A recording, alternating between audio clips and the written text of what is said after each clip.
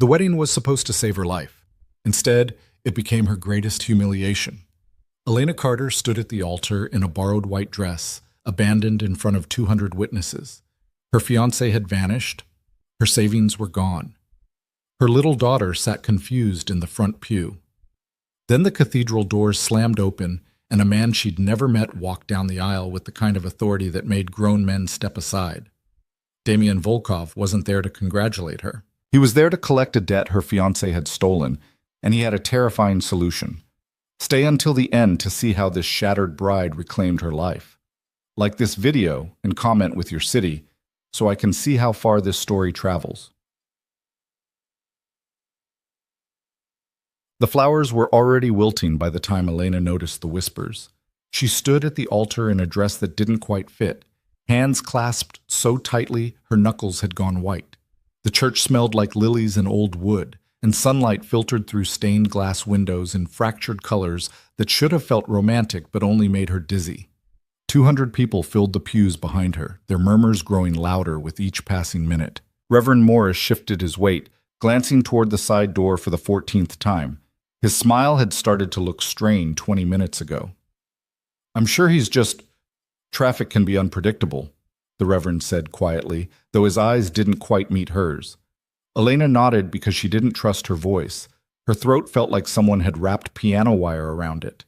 In the front pew, her daughter Rosie sat swinging her legs, white shoes scuffed at the toes. She was 4 years old and wearing the pale pink dress Elena had saved for 2 months to buy. Rosie didn't understand why they were waiting. She just kept asking when the cake was coming. Elena's friend Sarah sat beside Rosie, one hand resting protectively on the little girl's shoulder. Sarah's expression had shifted from encouraging to worried about 10 minutes ago, and now she just looked angry. The whispers were getting louder. "How long are we supposed to wait?" "This is embarrassing." I knew something was off about him. Elena felt each comment like a physical blow. Heat crawled up her neck and face. She wanted to disappear. She wanted to grab Rosie and run. She wanted to rewind 6 months and never meet Marcus Chen at all. But she'd been so desperate. A single mother with a deadbeat ex who sent birthday cards twice a year and nothing else. Working double shifts at the diner just to keep Rosie fed and in daycare. When Marcus had shown up with his expensive suits and easy smile, talking about investments and opportunities, she'd wanted so badly to believe someone could actually want her. He'd proposed after 3 months. Quick. But he'd said he knew what he wanted. He'd promised to take care of her and Rosie both. He'd paid off her credit card debt as an engagement present. He'd rented this church and invited everyone. And now he was gone. "Elena," Sarah's voice cut through the fog. She'd left Rosie with Elena's cousin and walked up to the altar, heels clicking against the marble floor. "Honey, I tried calling him again. It's going straight to voicemail. Maybe his phone died. For an hour? Maybe he had an accident." Elena's voice cracked. "Maybe he's hurt." Sarah's jaw tightened. "Maybe he's an asshole who doesn't deserve you." The Reverend cleared his throat. "Perhaps we should..." The cathedral doors slammed open. The sound echoed through the vaulted space like a gunshot. Every head turned. Elena's heart lurched into her throat. For one wild, desperate second, she thought it was Marcus, running late, but here, and everything would be fine. Then she saw who it actually was. 3 men walked down the center aisle. The 2 in back wore dark suits and moved like soldiers, their eyes scanning the crowd with professional detachment. But it was the man in front who made the air feel thinner. He was tall, broad-shouldered, dressed in black that looked expensive even from a distance. Dark hair swept back from a face that could have been carved from granite. Sharp jaw, severe brows, eyes so pale they looked almost silver in the filtered light. He moved with the kind of confidence that didn't ask for space, just took it. People shifted out of the way without seeming to realize they were doing it. Elena couldn't move, couldn't breathe. She just stood there, clutching her wilted bouquet, while this stranger walked toward her like he owned the building. He stopped at the base of the altar steps. Up close, he was even more intimidating. Probably mid-30s, with the kind of face that gave nothing away and the kind of presence that suggested crossing him would be the last mistake you ever made. His pale eyes swept over her once, clinical and assessing. Then he looked at the Reverend. "You can dismiss the guests." His voice was low, accent barely there but present enough to be noticeable. Russian, maybe. Or Eastern European. Reverend Morris blinked. I'm sorry, who? The groom isn't coming. The stranger said it like he was commenting on the weather. This wedding is over. The whispers exploded into full conversation. Elena heard gasps, shocked murmurs, someone's aunt saying something about the nerve. Her vision was starting to blur at the edges. Sarah stepped forward, chin up, protective. Excuse me, but who the hell are you? The man's gaze shifted to her. Not your concern. Like hell it's not. Sarah. Elena's voice came out thin and shaky. It's okay. It's not okay. This guy just walked in and, please. Elena's legs were trembling so hard she thought she might collapse. Just take Rosie outside. Sarah looked like she wanted to argue, but something in Elena's face must have convinced her. She pressed her lips together, shot the stranger one last glare, then walked back to collect Rosie. Mommy, what's happening? Rosie's small voice carried across the silence. We're going to get some fresh air, sweetie. Sarah lifted her into her arms. Say bye to Mommy. Rosie waved over Sarah's shoulder as they walked out. Most of the guests were already leaving, conversations buzzing with speculation and judgment. Elena watched them go and felt the humiliation settle into her bones. Within 5 minutes, the cathedral was nearly empty. Just Elena on the altar in her too-tight dress, the Reverend looking deeply uncomfortable, and the stranger with his 2 silent companions. The stranger waited until the last guest had filtered out. Then he climbed the 3 steps to the altar and stopped directly in front of Elena. Up close, he was even more unsettling. Not because he looked cruel, his expression was utterly neutral, but because he looked at her like she was a problem to be solved rather than a person. Elena Carter, he said. Not a question. She nodded because her voice had disappeared again. My name is Damian Volkov. He paused, as if waiting for recognition. When she showed none, something flickered in his expression. Your fiancé stole from me. The words didn't make sense at first. Elena's brain was still trying to process everything. The abandoned wedding, the stranger, the ruined flowers. What? Marcus Chen. Damian's tone didn't change. He took $12 million from an investment fund I manage. He's been running a small-scale fraud operation for years, but 3 months ago he got ambitious. He falsified documents, created fake accounts, and transferred funds he had no authority to touch. Elena's knees buckled.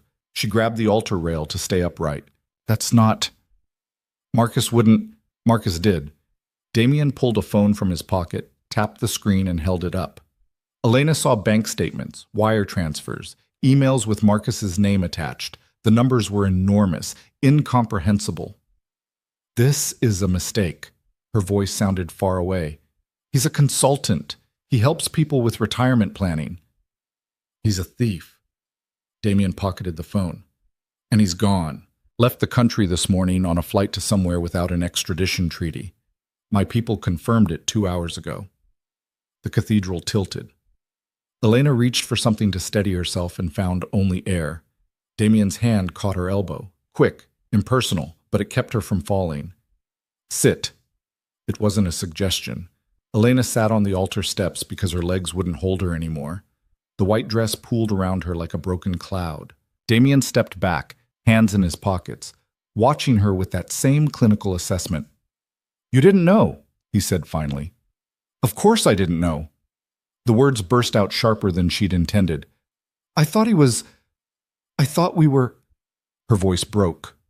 She pressed her hands over her face, trying to hold herself together in front of this stranger who'd just blown her life apart. Where does that leave me? The question came out muffled through her fingers. In debt. Elena's hands dropped. What? Marcus listed you as a beneficiary on several accounts. You signed documents 2 months ago. Do you remember? She did. Marcus had brought papers to her apartment, said it was just standard procedure for when they got married, combining finances. She'd been folding Rosie's laundry and barely looked at what she was signing. Those documents, Damian continued, make you legally liable for a portion of the stolen funds. The floor dropped out from under her. How much? $3 million. Elena actually laughed. It came out high and slightly hysterical. I make $28,000 a year. I have $600 in savings. I can't. There's no way I could ever. I know. Damien's expression didn't change, which is why we need to discuss alternatives. Alternatives?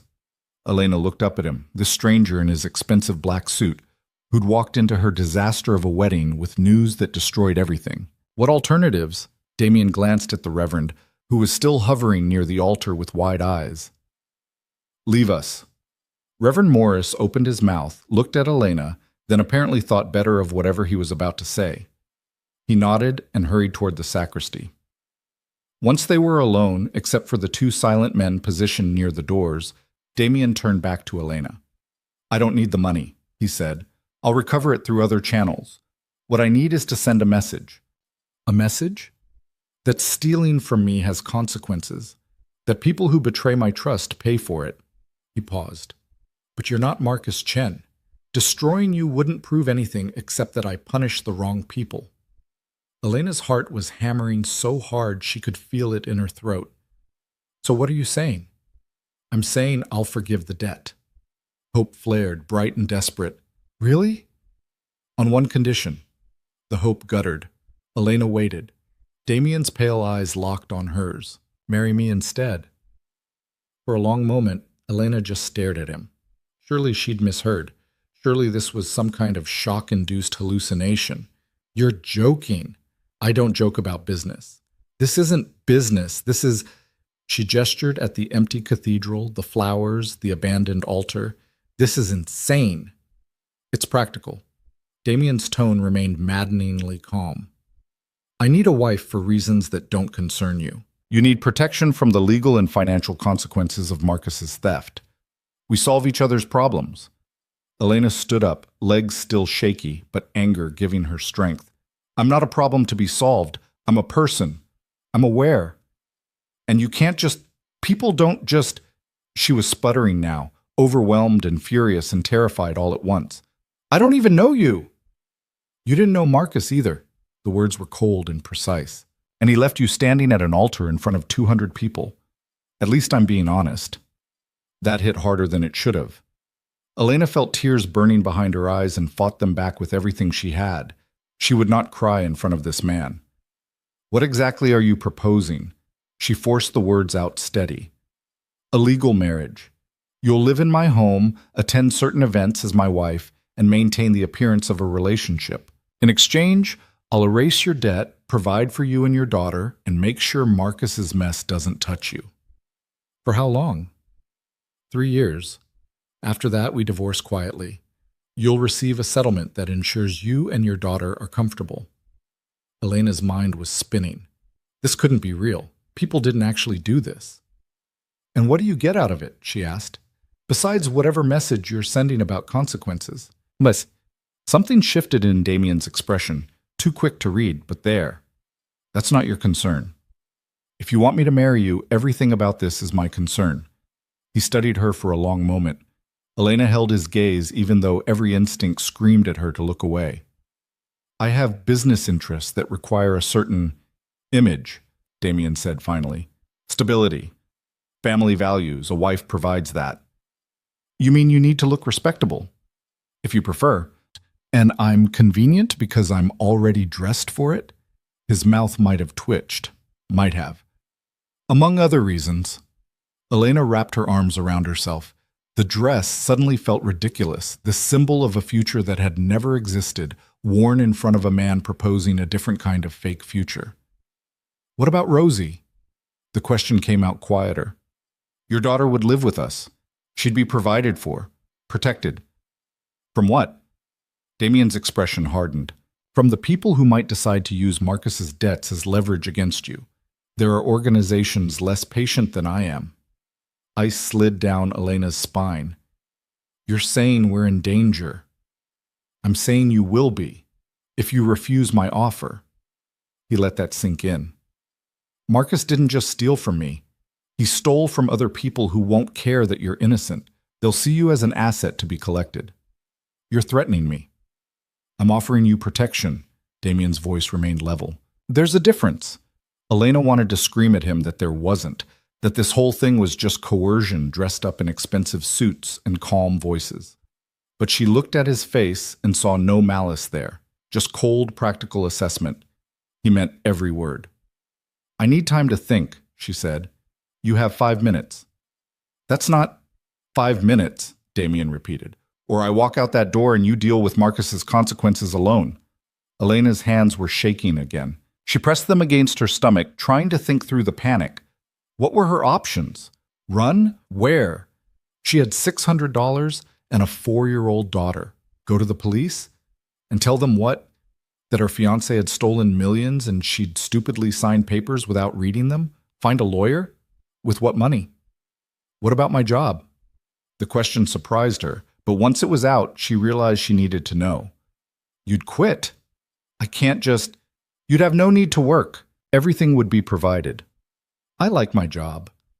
It wasn't entirely true. The diner was exhausting and the pay was terrible. But it was hers. She'd earned it. Damien shrugged. "Keep it if you want. It makes no difference to me.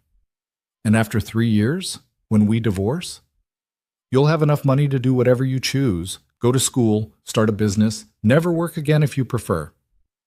It sounded too good to be true, which meant it probably was. "What's the catch?" Elena asked. "There's always a catch." "The catch," Damien said, "is that you'll be married to me. That comes with expectations, public appearances, discretion, loyalty. Loyalty. I won't tolerate betrayal." His pale eyes locked on hers.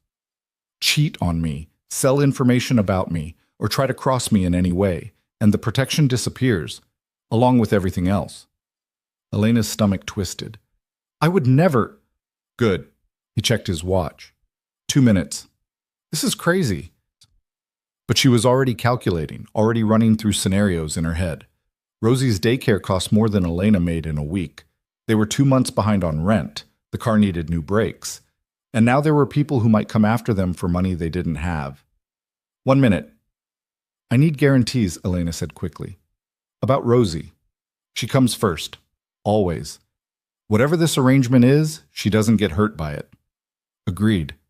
And I need it in writing, all of it. The debt forgiveness, the timeline, the settlement, everything. My lawyer will draw up a contract. My own lawyer needs to review it." Damien's eyebrow rose slightly. "You don't have a lawyer." "Then I'll get one. I'm not signing anything else without understanding it." For the first time, something that might have been approval flickered across his face. Smart. 30 seconds. Elena's heart was trying to break through her ribs. This was insane. This was the worst idea she'd ever heard. This was... "If I say yes," she said slowly, "when would this happen?" Damien gestured at the empty cathedral around them. "The Reverend is still here. The license is already filed. We could be done in 20 minutes. "Today?" Elena's voice went up an octave. "You want to get married today?" "The venue is already paid for." "That's not—" She pressed her hands to her temples. Her head was pounding. "I can't just marry a stranger in the same dress I was supposed to marry someone else in. That's—" "Efficient?" Damien finished. "Insane." "Perhaps." He checked his watch again. "But your time is up. What's your answer?" Elena looked at him, this cold, dangerous stranger who'd walked into her ruined wedding and offered her a different kind of deal with the devil. Then she thought about Rosie waiting outside, confused and worried. She thought about the apartment they'd lose if she couldn't make rent. She thought about dangerous people who might come looking for money she didn't have. She thought about standing at this altar 20 minutes ago, believing Marcus was just late, still hoping he'd show up and save her. No one was coming to save her. She had to save herself. "One condition," Elena said, voice steadier than she felt. "I want to see Rosie first. I need to explain this to her." "There's nothing to explain. She's 4. She's my daughter." Elena lifted her chin. "And she deserves to know what's happening, even if she doesn't fully understand. That's non-negotiable." They stared at each other. Elena's heart hammered. She expected him to refuse, to walk away, to tell her the deal was off. Instead, Damien nodded once. "Fine. 5 minutes with your daughter, then we proceed." He pulled out his phone and made a call, spoke in rapid Russian to whoever answered. Elena caught maybe 3 words: child, bring, and now.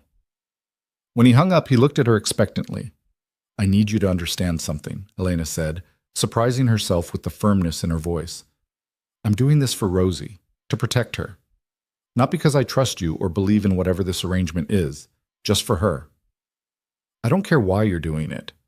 Damien's expression remained neutral. Only that you do. And I need you to understand that if you hurt her, if you hurt my daughter in any way, I will find a way to make you regret it. I don't care how powerful you are or what you can do to me. This time Damien's mouth definitely moved. Not quite a smile, but close. Noted, he said. The cathedral door opened. Sarah walked in carrying Rosie, who'd fallen asleep against her shoulder. Behind them came one of Damien's men. Sarah's eyes were red. She'd clearly been crying. When she saw Elena still standing there, still with Damien, her expression hardened. What the hell is going on? She demanded. This guy's people won't let us leave, won't tell me anything. It's okay. Elena walked down the altar steps, arms outstretched for her daughter. I'll explain everything. Sarah handed Rosie over, reluctantly. The little girl stirred but didn't wake, just nuzzled into Elena's shoulder with the complete trust only children have. Elena held her close, breathing in the strawberry scent of her shampoo, feeling the warm weight of her.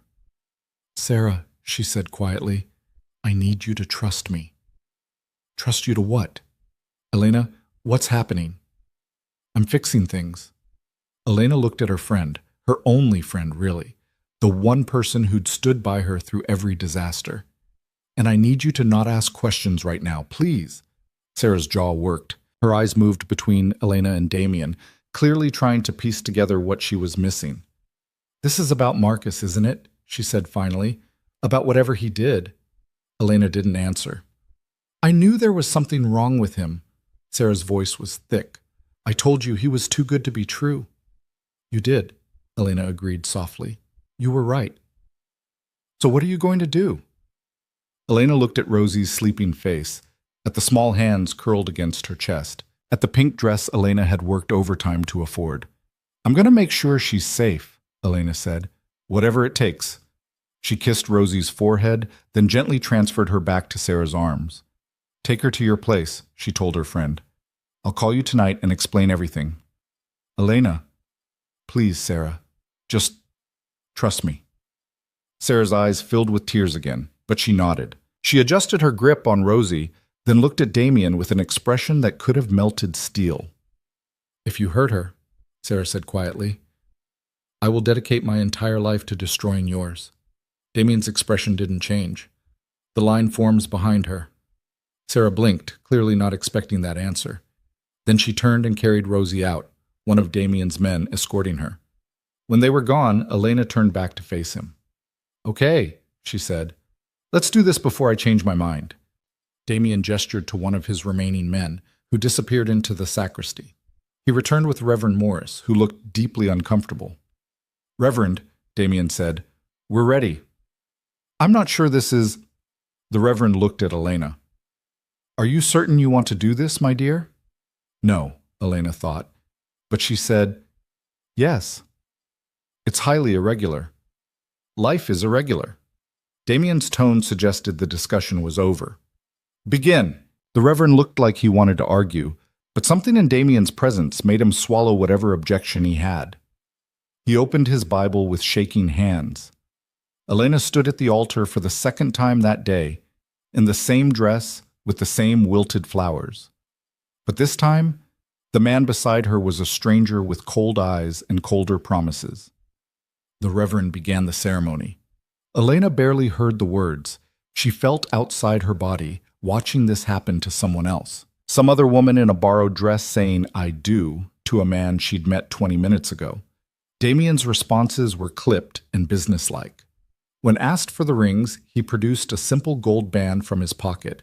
Where it had come from, Elena had no idea. It was too big for her finger, sliding loosely when he slipped it on. I now pronounce you man and wife, Reverend Morris said, sounding relieved it was over. You may kiss the bride. Elena's stomach dropped. She hadn't thought about that part. Damien looked at her, expression unreadable. Then he leaned in. Elena closed her eyes reflexively. His lips touched her forehead, brief, impersonal, over in a second. When Elena opened her eyes, he'd already stepped back. "Congratulations," the Reverend said weakly. Damien pulled an envelope from his jacket and handed it to him. "For your discretion." The Reverend took it with trembling fingers and practically ran toward the exit, and then they were alone. Husband and wife. Married. Elena looked at the gold band loose on her finger. This morning she'd woken up thinking she'd marry Marcus.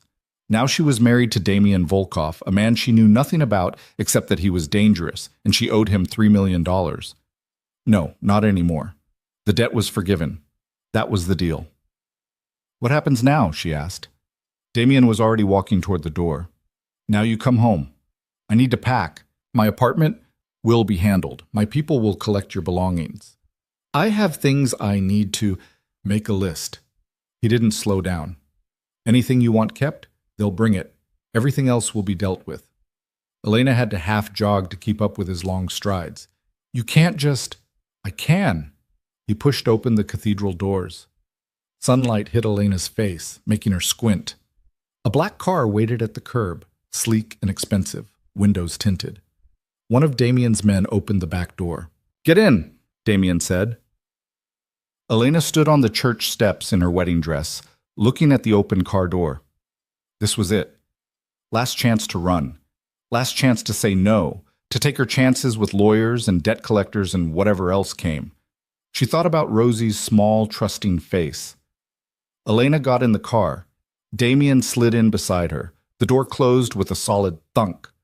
The interior smelled like leather and something sharp, cologne maybe. The seats were soft enough that Elena sank into them. The driver pulled away from the curb smoothly. Elena watched the cathedral disappear in the side mirror. "Where are we going?" she asked. "My estate. About 40 minutes outside the city." "Estate?" Elena turned to look at him. "You live on an estate." "Yes." "What do you do exactly?" The question had been nagging at her since he'd first mentioned managing investment funds. "For work, I mean. I manage assets." "That's vague." Damien's pale eyes flicked to her. "Intentionally. I just married you. I think I deserve less vague. You married me to erase a debt. What I do for work wasn't part of the agreement." Elena's hands tightened in her lap. "Fine. Then tell me what kind of expectations come with this arrangement. You mentioned public appearances." "Occasionally, yes. Business dinners, charity events. You'll need appropriate clothing." "I have clothing." His gaze swept over her wedding dress, borrowed, slightly too tight, coffee stain on the hem she'd tried to hide with bleach. "You'll need different clothing," he amended. Heat crept up Elena's neck. "I can dress myself." "I'm sure you can, but you'll be representing me now. That requires a certain standard." "You mean you're embarrassed to be seen with me? I mean you're unprepared for the world you're entering." "That's not an insult, it's a fact." Elena bit back the response burning on her tongue. He was right, technically. She had no idea what his world looked like. But that didn't make his words sting less. They drove in silence for a while. The city gave way to suburbs, then to countryside. Trees lined the road, and houses became larger and farther apart. Elena's exhaustion was starting to catch up with her. The adrenaline that had kept her upright through the disaster of the morning was wearing off, leaving her shaky and hollow. "Can I ask you something?" she said finally. Damien didn't look away from the window. "You can ask." "Why me? If you need a wife, there must be I don't know, people in your circle. People who understand this world already." "There are. So why choose someone you had to coerce?" Now he did look at her. "Because you won't fall in love with me." The bluntness of it startled her. "What?" "Women in my circle have expectations. They want romance, permanence, access to power. You want none of those things. You want safety for your daughter and freedom from debt. That makes you predictable, manageable." "Manageable," Elena repeated. The word tasted bitter. "It's not personal." "It feels personal." "Then you'll need to develop thicker skin." Elena turned away, blinking hard against the sudden sting in her eyes. She would not cry. Not in front of him, not again. The car turned onto a private road, trees giving way to manicured lawns. In the distance, Elena could see a house. No, not a house. A mansion. 3 stories of pale stone with columns and huge windows that caught the afternoon light. "This is where you live?" The words came out smaller than she'd intended. "This is where we live now," Damien corrected. The car pulled up to the front entrance. Another man in a dark suit opened Elena's door before she could reach for the handle. She stepped out onto gravel that crunched under her borrowed shoes. The mansion loomed above her, impossibly large, impossibly far from the cramped apartment where she'd woken up that morning. Damien came around the car. "Come. I'll show you your room." "My room?" Elena followed him up the steps. Aren't we supposed to—" "We're married on paper, not in practice." He pushed open the front door, heavy wood, intricately carved. "You'll have your own space. I have mine." Relief flooded through her. "Oh, good." The interior was as overwhelming as the exterior. Marble floors, high ceilings, a curved staircase that belonged in a movie. Everything was pristine and cold and expensive. A woman appeared from a side hallway, older, gray hair pulled back in a neat bun, wearing a simple black dress. "Sir," she said with a slight accent, "welcome home." "Mrs. Kovac, this is Elena, my wife. She'll be living here now." Damien's tone was matter-of-fact. "Please prepare the East Wing guest suite for her, Mrs." Kovac's eyes widened slightly, but she recovered quickly. "Of course, right away." Elena will provide a list of items to be retrieved from her former residence. See that it's handled discreetly. "Yes, sir." Damien started toward the staircase, clearly expecting Elena to follow. She did, legs heavy with exhaustion. They climbed to the second floor, walked down a hallway lined with paintings Elena was too tired to properly look at. Damien opened a door near the end. "This will be yours," he said. Elena stepped inside and almost laughed. The room was bigger than her entire apartment had been. King-size bed with white linens, sitting area with a couch and armchairs, enormous windows overlooking gardens she could see in the distance. "The bathroom is through there." Damien pointed to another door. "Mrs. Kovac will bring you anything you need. Dinner is at 7. You're not required to attend tonight if you'd prefer to rest." Elena turned to face him. Her husband. This stranger. "What happens now?" she asked for the second time that day. "Now," Damien said, "you adjust. This is your life for the next 3 years. I suggest you get comfortable." He started to leave, then paused at the door. "One more thing," he said without looking back. "The ring is temporary. I'll have something proper made for you. Can't have people thinking I'm cheap." Then he was gone, door closing behind him with a soft click. Elena stood alone in her beautiful prison, still wearing her wedding dress, staring at the loose gold band on her finger.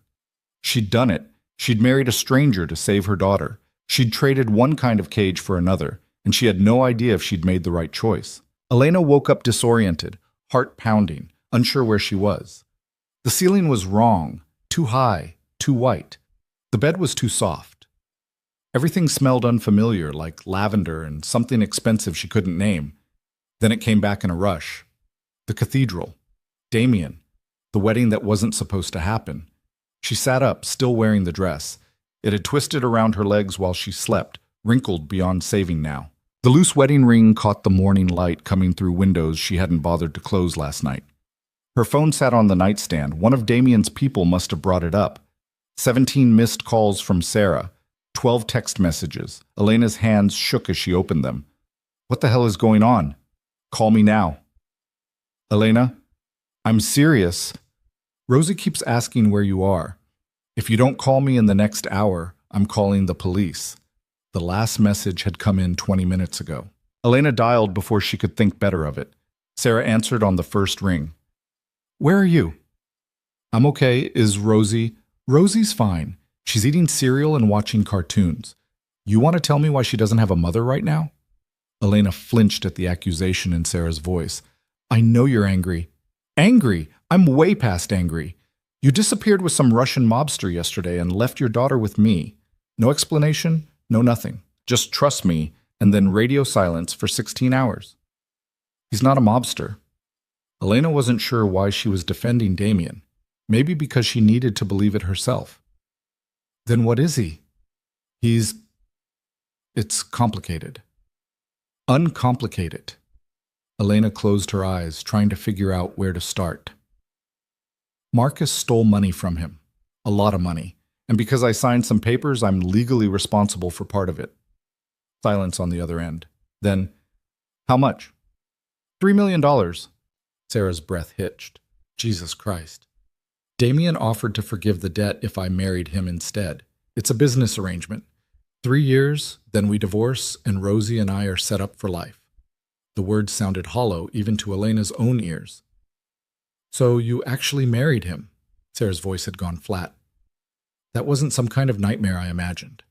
I didn't have a choice. There's always a choice. Not when the alternative is losing everything and putting Rosie in danger.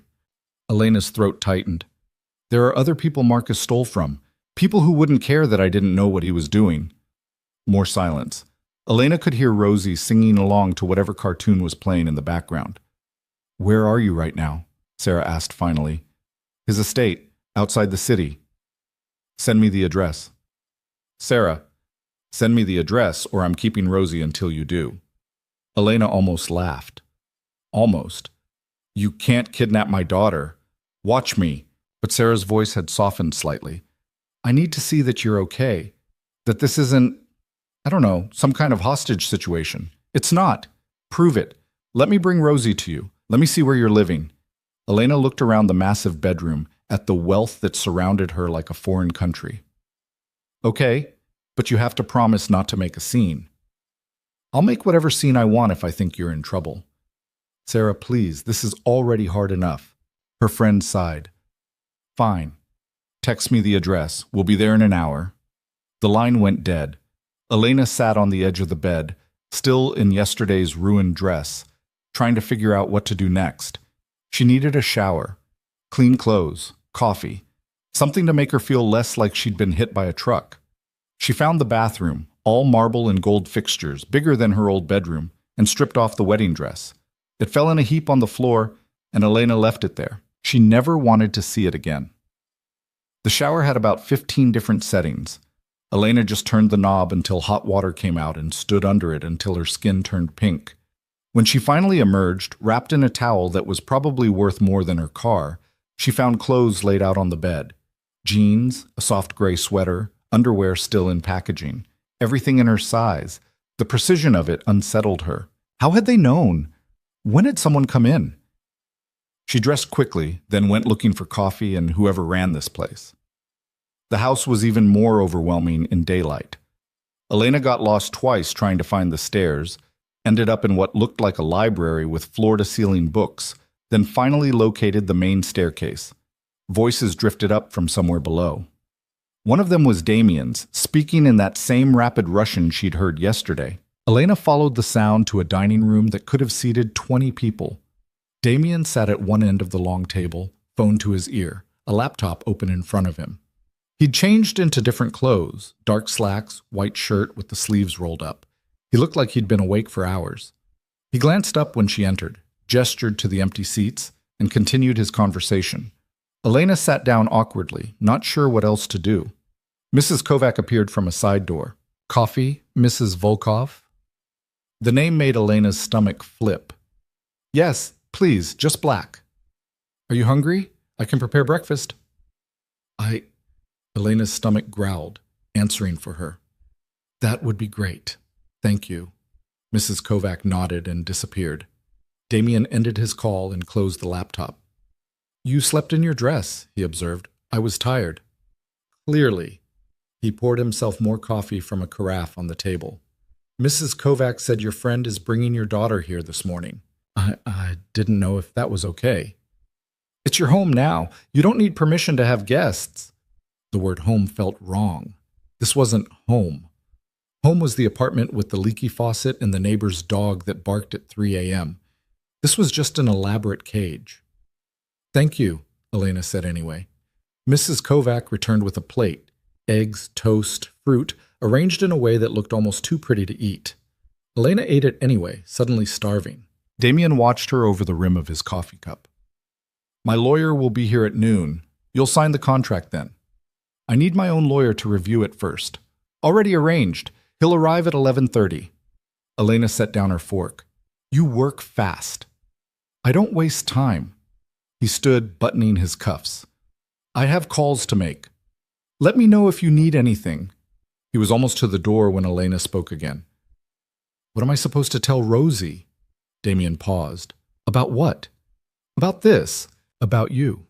She's going to ask questions. Tell her the truth, that we're married and she's living here now.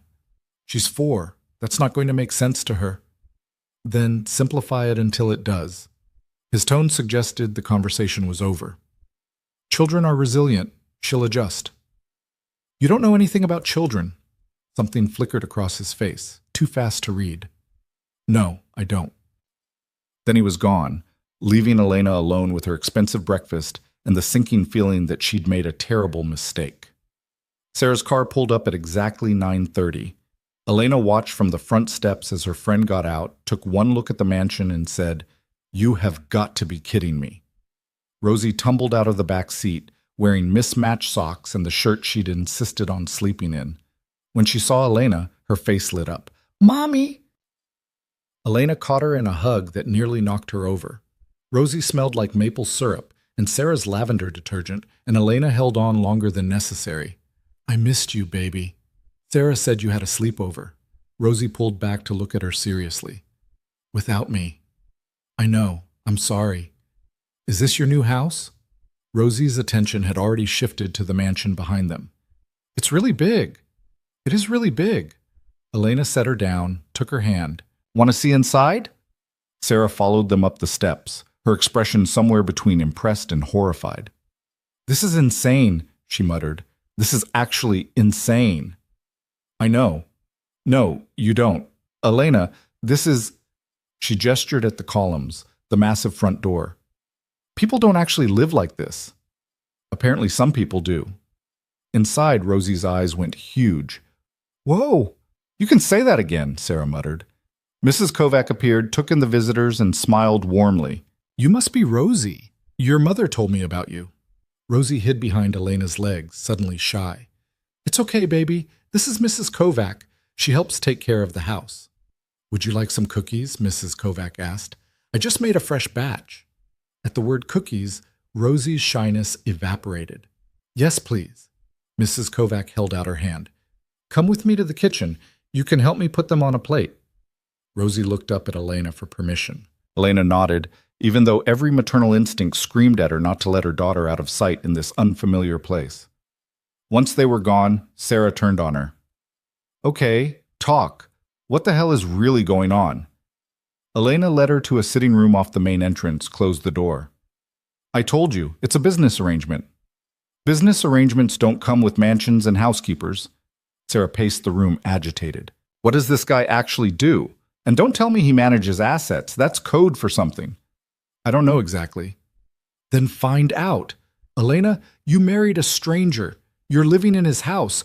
You have a daughter to protect. You think I don't know that? Elena's voice rose. You think I'm not terrified? But what was I supposed to do? Marcus disappeared and left me holding the bag for $3 million I don't have. Damien offered me a way out. By trapping you in a different kind of prison. It's not a prison. I can leave whenever I want. Sarah stopped pacing. Can you, though? Really? The question hung between them. Elena wanted to say yes, but she wasn't actually sure. The contract wasn't signed yet. She didn't know what the terms were. I need you to trust me, Elena said quietly. I know this looks crazy. It is crazy, but I'm doing what I have to do to keep Rosie safe. Sarah's expression softened. She crossed the room and pulled Elena into a hug. I do trust you. I just don't trust him. That makes 2 of us. They stayed like that for a moment, and Elena let herself lean into her friend's solid presence. Sarah had been there through everything. The pregnancy, the breakup with Rosie's father, the endless string of bad jobs and worse apartments. She was the only person who'd never looked at Elena with pity or judgment. Promise me something, Sarah said into Elena's hair. If this goes bad, you call me. No matter what time, no matter what's happening.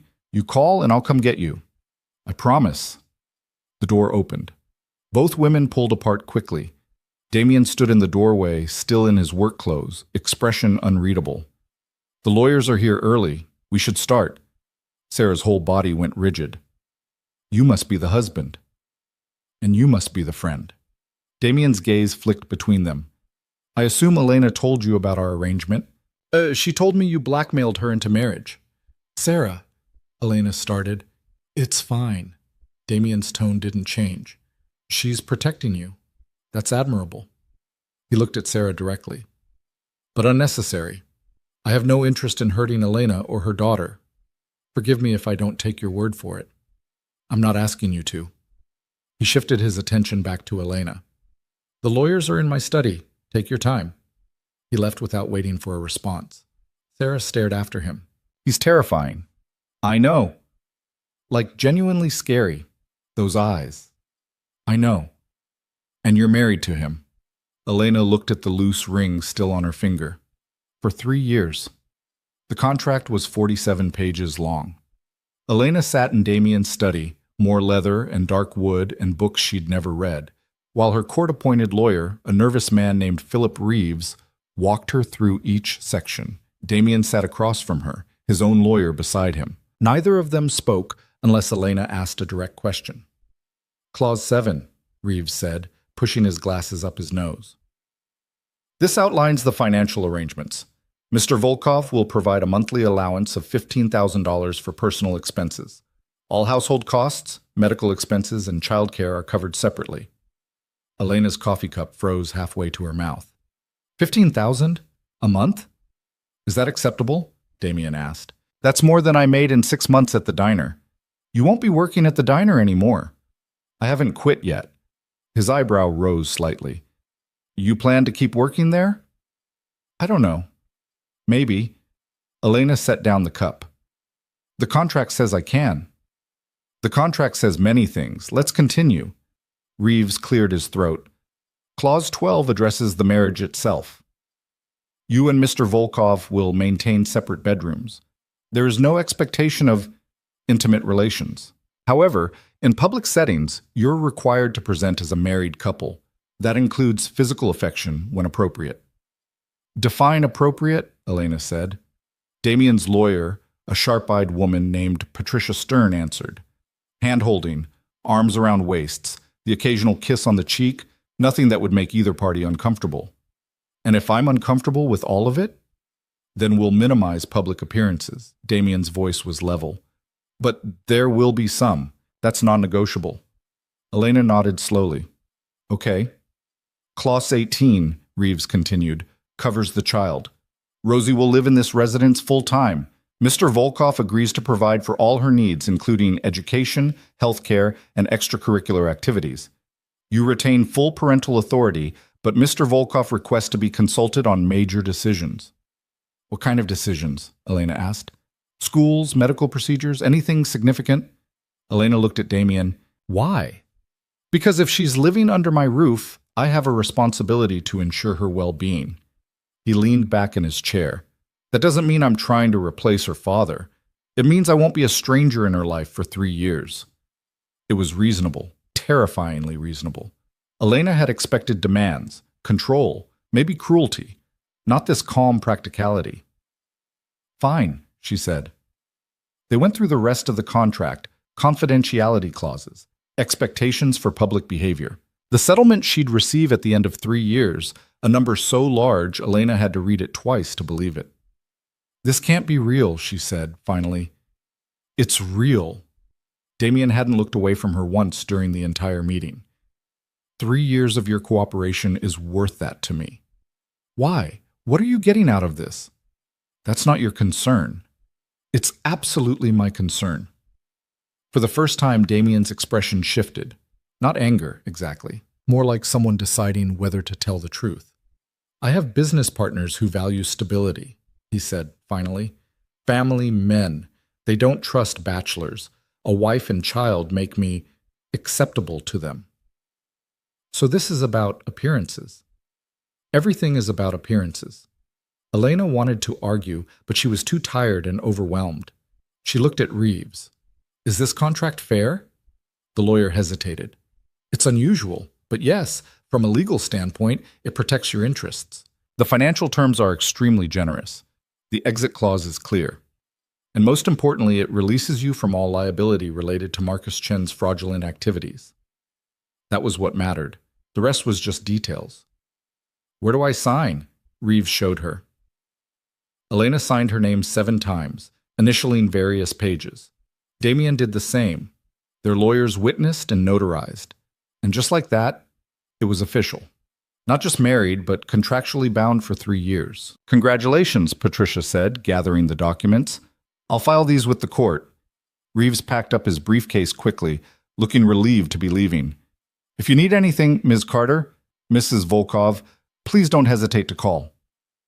After they left, Elena sat in the sudden quiet of the study. Damien poured himself a drink from a crystal decanter on the sideboard. You did well, he said. I signed my life away. I don't think that qualifies as doing well. You secured your daughter's future. That's more than most people manage. He took a sip, watching her over the rim of the glass. Your friend is still here. She's in the garden with Rosie. How do you know that? I have security cameras. Of course he did. Are you watching us right now? Should I be? Elena stood up, suddenly needing to move. I need to talk to Rosie. Explain that we're staying here. Do you need me there? The question surprised her. Do you want to be? It would be easier if she meets me under controlled circumstances. Better than stumbling across me in the hallway later. He was right, which didn't make it any easier. Okay, Elena said. Let's go. They found Sarah and Rosie in what Mrs. Kovac had called the East Garden, a massive space with flower beds and a fountain and trees that had probably been growing since before Elena was born. Rosie was chasing a butterfly, her laughter carrying across the manicured lawn. Sarah sat on a stone bench, watching her with an expression that suggested she was cataloging escape routes. When she saw Damien, she stood up. Is the interrogation over? It was a contract signing, not an interrogation, Elena said. Same thing in my book. Rosie ran over, out of breath. Mommy, there are flowers everywhere. And Mrs. Kovac said there's a pool, but it's still too cold to swim in. I see that, baby. Elena crouched down to her level. Can we talk for a minute? Grown-up talk? Rosie's face fell. Am I in trouble? No, nothing like that. Elena smoothed her daughter's hair. Remember how I told you Mommy was getting married? To Marcus. Rosie's nose wrinkled. He smelled funny. Sarah snorted. Elena shot her a look. Well, I didn't marry Marcus. I married someone else instead. She gestured to Damien, who stood a few feet back, hands in his pockets. This is Damien. But Rosie looked up at him with the brutal honesty of a 4-year-old. You're really tall. I am, Damien agreed. Are you nice? I try to be. Do you like cookies? Sometimes. Rosie considered this. Mrs. Kovac makes good cookies. You should try them. I'll do that. The exchange was so normal that Elena almost forgot how surreal this whole situation was. Almost. Damien and I are married now, Elena continued, which means we're going to live here with him for a while. You, me, and Damien. Rosie's forehead creased. What about our apartment? We're not going back to the apartment. Why not? Because this is our home now. But all my stuff is there, my toys, my bed. We'll bring all your stuff here. You'll have a new bed, a new room. It'll be an adventure. Rosie looked skeptical. What about Sarah? Sarah can visit whenever she wants. Elena glanced at her friend, who nodded quickly. Any time, kiddo. I'm not going anywhere. Rosie turned back to Damien. Do you have kids? No. Why not? I haven't had time. Oh. Rosie thought about this. Are you going to be my daddy now? The question hung in the air. Elena's heart stopped. She hadn't prepared for this, hadn't thought about what to say. Damien crouched down so he was at Rosie's eye level. When he spoke, his voice was gentler than Elena had heard it yet. No. You already have a father. I'm just your mother's husband. But I'll take care of you and your mom while you're here. Is that okay? Rosie studied him seriously. Then she stuck out her hand. Deal! Damien shook it solemnly. Deal! Just like that, the tension broke. Rosie ran off to chase another butterfly, and Damien straightened, brushing grass off his pants. Sarah watched him with an expression Elena couldn't quite read. That was actually decent of you. I'm not a monster, Damien said. Jury's still out on that. Sarah, Elena warned. What? I'm just saying what everyone's thinking. Sarah picked up her purse from the bench. I should get going. I have a shift at 4. Elena walked her to the car, Rosie skipping ahead of them. You going to be okay? Sarah asked quietly. I don't know yet. He's not what I expected. What did you expect? I don't know. Someone scarier, I guess. More obviously dangerous. Sarah clicked her key fob and her car beeped. But that might be worse. The danger you can't see coming. You're not helping. I'm not trying to help. I'm trying to make sure you stay alert. Sarah pulled her into a quick hug. Call me tonight and tomorrow. And every day until I'm convinced you're actually safe. I will. Rosie climbed into the back seat for one more hug, then Sarah drove away, gravel crunching under her tires. Elena stood in the circular drive, watching the car disappear down the tree-lined road. Behind her, the mansion loomed. Inside somewhere was her new husband, a man she knew almost nothing about. Your friend is loyal, Damien said from the top of the steps. Elena turned. She hadn't heard him approach. She's the best person I know. That's rare. What is? Real loyalty. Most people's friendship has a price. Not Sarah's. Everyone has a price. Some are just higher than others. He descended the steps. Mrs. Kovac had your belongings brought from your apartment. They're in your room. If you need help unpacking, I can manage. I'm sure you can. He paused. Dinner is at 7, as I mentioned. You're welcome to eat with me, or Mrs. Kovac can bring something to your room. I should probably eat with you. Get Rosie used to it. As you prefer. He started to walk away. Elena called after him. Damien? He stopped, looked back. Thank you for what you said to Rosie about not trying to replace her father. I meant it. I have no interest in playing family. This is a business arrangement. Better for everyone if we're honest about that. The words should have been reassuring. Instead, they just made Elena feel hollow. That night, Elena stood in what was now Rosie's bedroom, twice the size of their old apartment's living room, with a bed shaped like a castle and more toys than any child needed, and watched her daughter sleep. Mrs. Kovac had unpacked everything with ruthless efficiency. Rosie's stuffed animals were arranged on shelves. Her clothes hung in a closet bigger than Elena's old bedroom. Her nightlight glowed in the corner. It should have felt like victory, safety, security. Instead, Elena just felt lost. A soft knock at the door made her turn. Damien stood in the hallway, still dressed but with his tie loosened. Is she settled? He asked quietly. Finally, she wanted 3 stories and 4 glasses of water. Stalling technique. Very effective one. They stood in awkward silence for a moment. Then Damien said, I wanted to discuss something with you. Elena's stomach tightened. Okay. There's a charity gala next Saturday. I need you to attend with me. Already? The sooner we're seen together publicly, the sooner questions stop being asked. He leaned against the doorframe. It's formal. Mrs. Kovac will arrange for appropriate clothing. I can buy my own clothes. Not for this, you can't. The people who'll be there will notice if you're wearing something off the rack. Heat crept up Elena's neck. I don't know how to act at fancy parties. You don't need to act, just stand beside me and smile when spoken to. That's degrading. That's the agreement. His tone didn't change. You knew there would be public appearances. Elena wanted to argue, but he was right. She had signed the contract. She'd agreed to this. Fine, she said. 1 week. I'll be ready. Damien nodded and turned to leave. Then he paused. You did well today, he said without looking back. With Rosie, making this transition easier for her. She's 4. Everything's easier for her than it is for me. Still, you're a good mother. The compliment caught her off guard. Before she could respond, he was gone, footsteps fading down the hallway. Elena returned to watching Rosie sleep, the loose wedding ring heavy on her finger. 7 days until the gala. 3 years until freedom. She could do this. She had to. For Rosie, she could survive anything. The week passed in a blur of strange routines and uncomfortable adjustments. Elena learned that Damien left for work before 6 every morning and rarely returned before 8 at night. She learned that Mrs. Kovac ran the household with military precision and didn't tolerate dishes left in the sink. She learned that the East Wing had 12 rooms, most of them empty, and that Rosie had claimed 3 of them for various imaginary games. What she didn't learn was anything real about her husband. He was polite at dinner when he bothered to show up.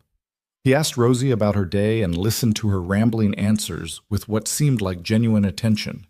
He never raised his voice, never made demands, never gave Elena any reason to feel unsafe, and yet she couldn't shake the feeling that she was living with a stranger who could turn dangerous at any moment. On Thursday morning, Mrs. Kovac knocked on Elena's bedroom door holding a garment bag. "For the gala," she said, laying it carefully across the bed. Mr. Volkov had several options sent over. This one seemed most appropriate. Elena unzipped the bag and stopped breathing. The dress was midnight blue, simple but clearly expensive. The fabric felt like water under her fingers. She checked the tag and felt her stomach drop at the number of zeros. "I can't wear this." "Why not?" "Because it costs more than my car did." Mrs. Kovac's mouth twitched. "Then perhaps it's time for a better car." "That's not the point." "The point, Mrs. Volkov, is that you're attending an event where everyone will be looking at you, at who you are and where you came from. They'll be judging." The older woman's expression softened slightly. "Give them nothing to criticize." Elena wanted to argue that she shouldn't have to prove anything to people she didn't know, but Mrs. Kovac was already heading for the door. "There are shoes as well, and jewelry. I'll help you with your hair tomorrow evening." After she left, Elena stood staring at the dress. Her hands were shaking again. She'd managed to avoid thinking too hard about the gala, about being paraded in front of Damien's world like some kind of acquisition. Now it was less than 48 hours away, and she had no idea how to be the person he needed her to be. She found Rosie in the library, sprawled on the floor with crayons and paper. Damien sat in one of the leather chairs nearby, laptop open, but his attention was on Rosie's artwork. "That's very colorful," he was saying. "It's a dragon," Rosie explained, "but a nice dragon, not the mean kind." "I see. What's the dragon's name?" "Steve." Damien's expression didn't change. "Steve is an excellent name for a dragon." Elena cleared her throat. Both of them looked up. "I need to talk to you," she said to Damien. "About tomorrow." He closed the laptop. "Rosie, can you give us a minute?" "Can I keep drawing?" "Of course." Rosie went back to her crayons, already absorbed again. Damien stood and gestured for Elena to follow him to the far corner of the library. "What's wrong?" he asked. "I don't know what I'm doing tomorrow night." The words came out in a rush. "I don't know how to act at these things. I don't know what to say to people. I'm going to embarrass you." "You won't." "How do you know?" "Because all you have to do is stay close to me and let me handle the conversations." He said it like it was simple. "If someone asks you a direct question, answer honestly but briefly. Don't volunteer information. Don't try to impress anyone." "What if they ask how we met?" "Tell them we met through mutual friends." That's vague enough to be believable and boring enough that they won't push for details. Elena wrapped her arms around herself. "What if someone recognizes me from the diner?" "They won't. The people at this event don't eat at diners." It should have been reassuring. Instead, it just highlighted how completely out of her depth she was. "I'm going to ruin this for you," she said quietly. Damien was silent for a moment. Then he moved closer, close enough that she had to tilt her head back to meet his eyes. "Listen to me," he said. "You survived Marcus abandoning you at the altar in front of 200 people. You agreed to marry a stranger to protect your daughter. You signed a contract that terrifies you because it was the smart move." His voice was low, intense. "You're stronger than you think. One party full of boring people isn't going to break you." Elena blinked, caught off guard by the conviction in his tone. "You really believe that?" "I don't say things I don't believe." She wanted to trust him, wanted to believe she could do this, but the fear sat in her chest like a stone. "What if I mess up anyway?" "Then we'll handle it." He stepped back, creating distance again. "Stop expecting disaster. It's exhausting to watch." The words stung, but they also broke through her spiral. Elena took a breath, then another. "Okay," she said. "I'll try." "Good." He glanced at his watch. "I have a call in 10 minutes. Was there anything else?" "No, that's it." He nodded and left, taking his laptop with him. Elena returned to sit on the floor next to Rosie, who'd moved on from Steve the Dragon to what looked like a family portrait. "Who's this?" Elena asked, pointing to a stick figure with yellow hair. "That's you, Mommy." "And this one?" "That's me." Rosie added more purple to the smaller figure's dress. "And that's Damien." The third figure stood slightly apart from the other two, tall and dark. Rosie had drawn him without a smile. "Is that how you see him?" Elena asked carefully. "Separate from us?" Rosie shrugged. "He's nice, but he's not Daddy. He's just there." It was such a simple observation, but it hit Elena hard. That's exactly what Damien was. Just there, existing in the same space, but not really part of their lives. "Do you like him?" Elena asked. Rosie considered this seriously. "He doesn't yell, and he lets me draw in the library. And yesterday he showed me how the fountain works." She added more details to the drawing. "I like Mrs. Kovac better, though. She knows how to make grilled cheese the right way." Elena laughed despite herself. "What's the right way?" "With the cheese all melty and the bread crunchy, but not too crunchy. That is the right way." They colored together in comfortable silence. Outside the tall windows, afternoon sun filtered through the trees. It was peaceful in a way that made Elena's chest ache. This could have been nice. This big house, the safety, the lack of constant financial stress, if it were real instead of an elaborate performance. That night at dinner, Damien brought up the topic Elena had been avoiding. "I've arranged for a tutor to work with Rosie," he said, cutting into his steak with precision. "She'll start next week." Elena's fork stopped halfway to her mouth. "What?" "A tutor for early education, reading fundamentals, basic math, that sort of thing. She's 4, which is when children should start preparing for kindergarten. She doesn't need a tutor. She knows her letters and can count to 20. She's fine." Damien set down his knife. "I'm not criticizing her development. I'm offering her an advantage." "An advantage I didn't ask for." "The contract states I provide for her education. This is part of that." Elena's hands tightened around her fork. "You should have discussed this with me first." "I'm discussing it now." "No, you're informing me. That's different." They stared at each other across the table. Rosie looked between them, sensing tension she didn't understand. "Are you guys fighting?" she asked in a small voice. "No, baby," Elena said quickly. "We're just talking." "It sounds like fighting." "It's not. I promise." Elena shot Damien a look that clearly said, "See what you did." He had the grace to look slightly uncomfortable. "Your mother and I are having a disagreement about what's best for you, that's all." "Oh." Rosie pushed peas around her plate. "I don't want you to be mad at each other." "We're not mad," Damien said, which was probably a lie, but a kind one. After dinner, once Rosie was in bed, Elena found Damien in his study. She knocked on the half-open door. "We need to establish some ground rules," she said without preamble. He looked up from whatever he was reading. "Such as?" "Such as you don't make decisions about Rosie without talking to me first. That's what the contract says. Major decisions require consultation." "A tutor isn't a major decision. It is to me." Elena stepped into the room, refusing to be intimidated by the expensive furniture and the walls lined with books. "I'm her mother. I get a say in how she's raised." "I'm not trying to take that from you."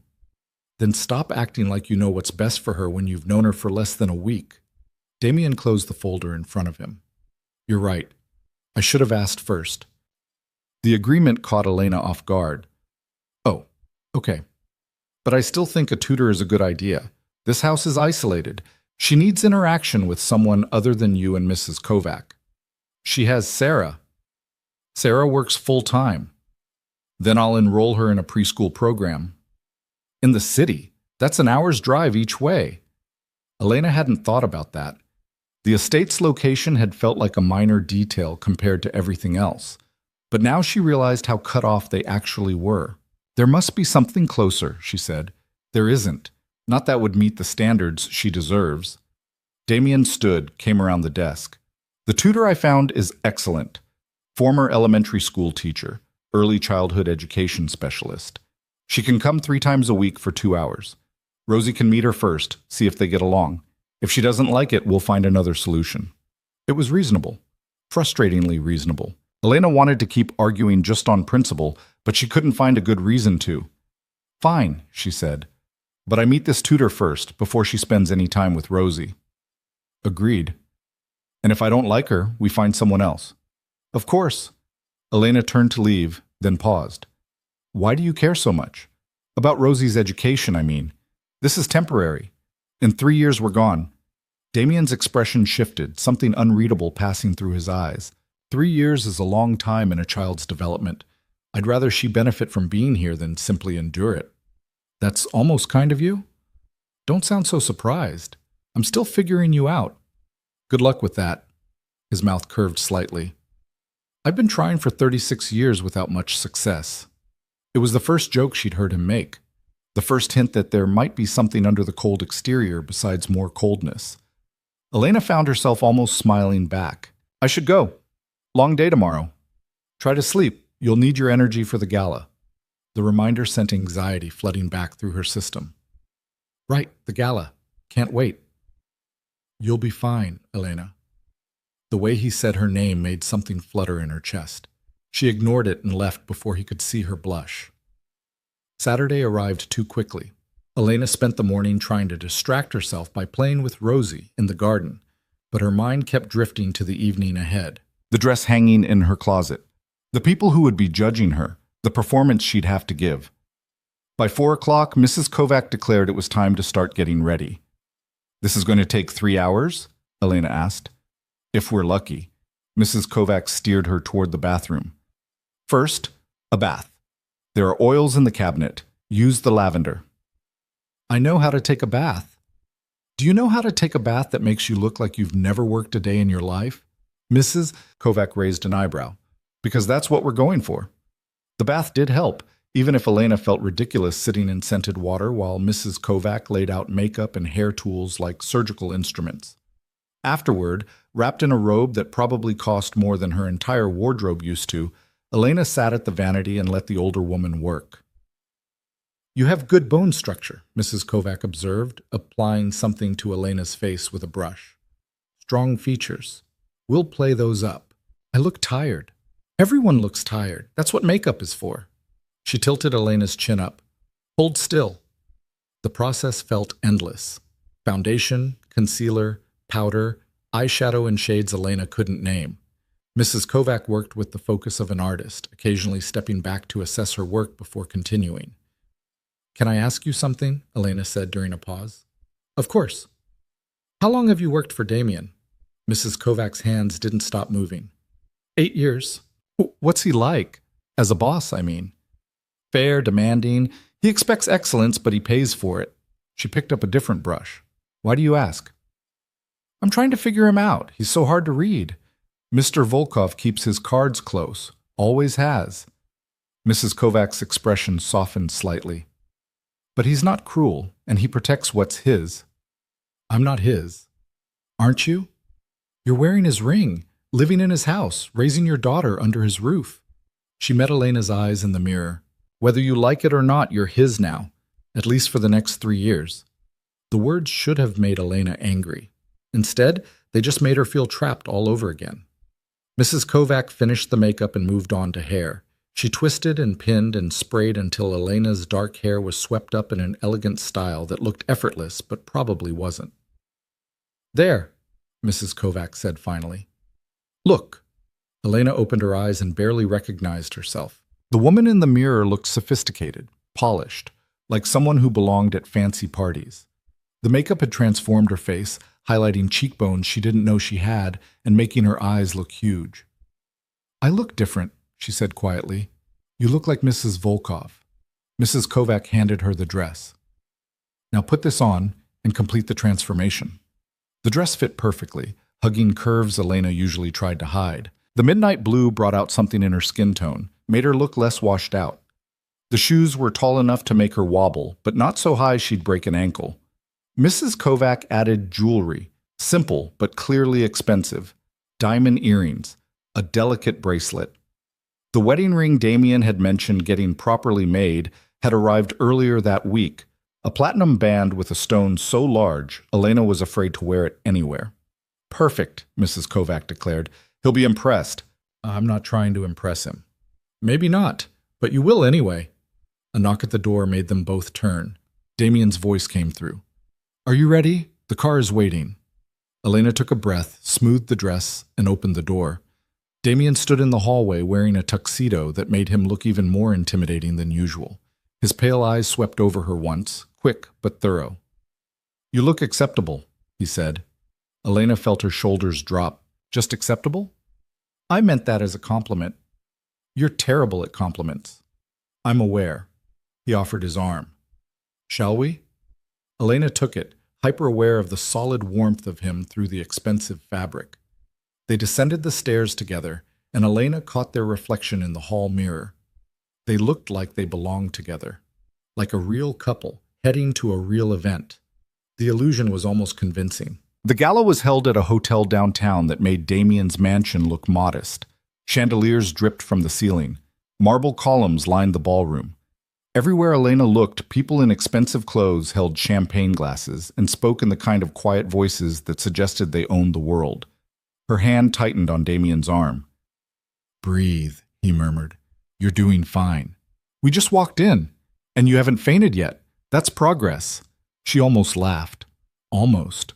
They moved through the crowd, and Elena felt eyes following them. Watching. Judging. Damien handled it with ease, nodding to people he recognized, stopping occasionally for brief conversations. Damien! A woman in red approached, air-kissing both his cheeks. I was wondering if you'd actually show up. Victoria, you look well. You're a terrible liar. Victoria's sharp gaze landed on Elena. And who is this? My wife, Elena. Victoria's perfectly sculpted eyebrows rose. Wife? When did this happen? Recently. How recent? Recent enough?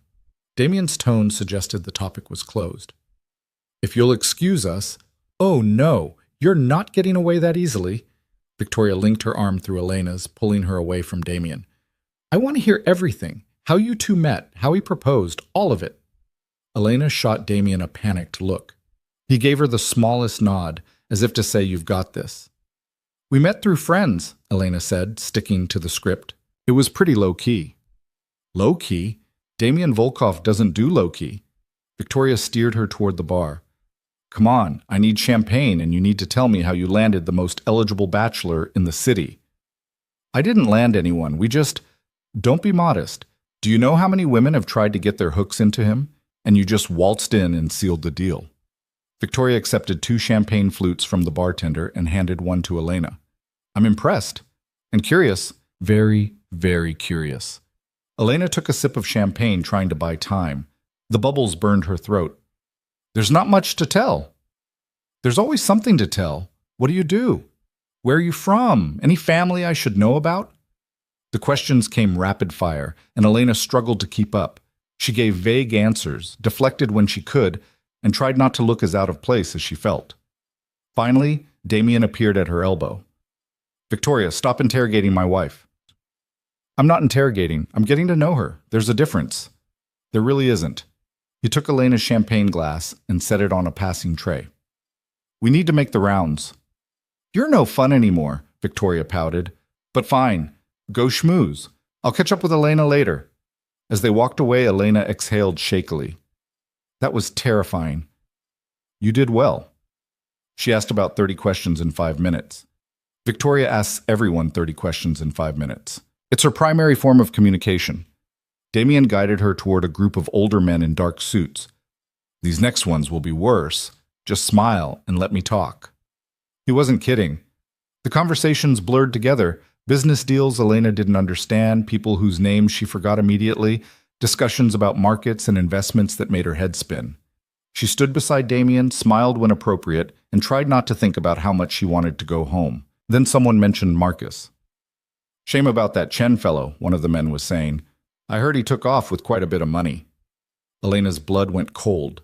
Damien's hand found the small of her back, steady and warm. Ancient history, he said smoothly. Not worth discussing. Still, must have been awkward for you, having your wife's former... I said it's not worth discussing. Damien's voice didn't rise, but something in his tone made the man go pale. Is that clear? Of course. My apologies. The group dispersed quickly after that. Damien kept his hand on Elena's back, steering her toward a quiet corner. "Are you all right?" he asked. "Everyone knows." Her voice came out thin.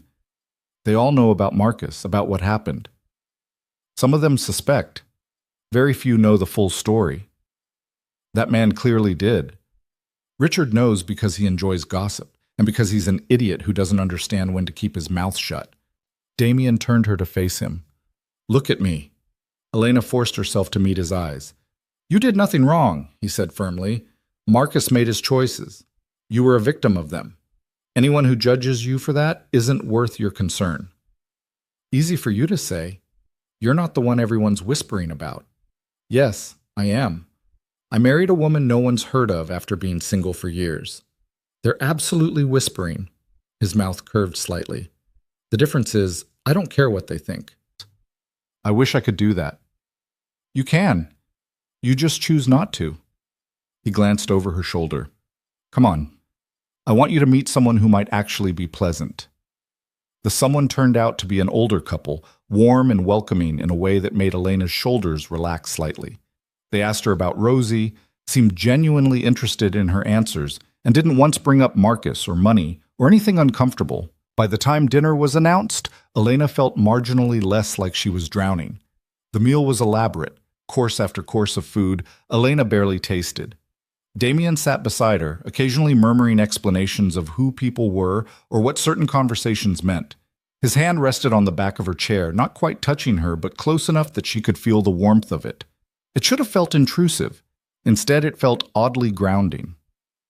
After dinner came dancing. Elena's stomach dropped when Damien stood and offered his hand. "I don't know how to dance," she hissed. "Not like this. It's easy. Just follow my lead." "That's what people say when it's not easy. Trust me." She didn't, not really, but she took his hand anyway because refusing would draw more attention than stumbling through a dance. He led her to the floor, where other couples were already swaying to music played by a live orchestra. His hand settled on her waist, the other holding hers. Elena tried to remember what she'd seen in movies, where to put her feet, how to move. "Stop thinking," Damien said quietly. "Just move with me." "I'm going to step on your feet. Then I'll survive." Despite her fears, it wasn't as bad as she'd expected. Damien led firmly enough that she didn't have to think too hard, just follow the pressure of his hand and try not to trip. They moved around the floor and Elena found herself relaxing incrementally. "See," Damien said, "you're not terrible at this." High praise. "I'm serious. You're doing well tonight, better than I expected." "Still not great at compliments." His mouth twitched. "I'm working on it." They danced in silence for a moment.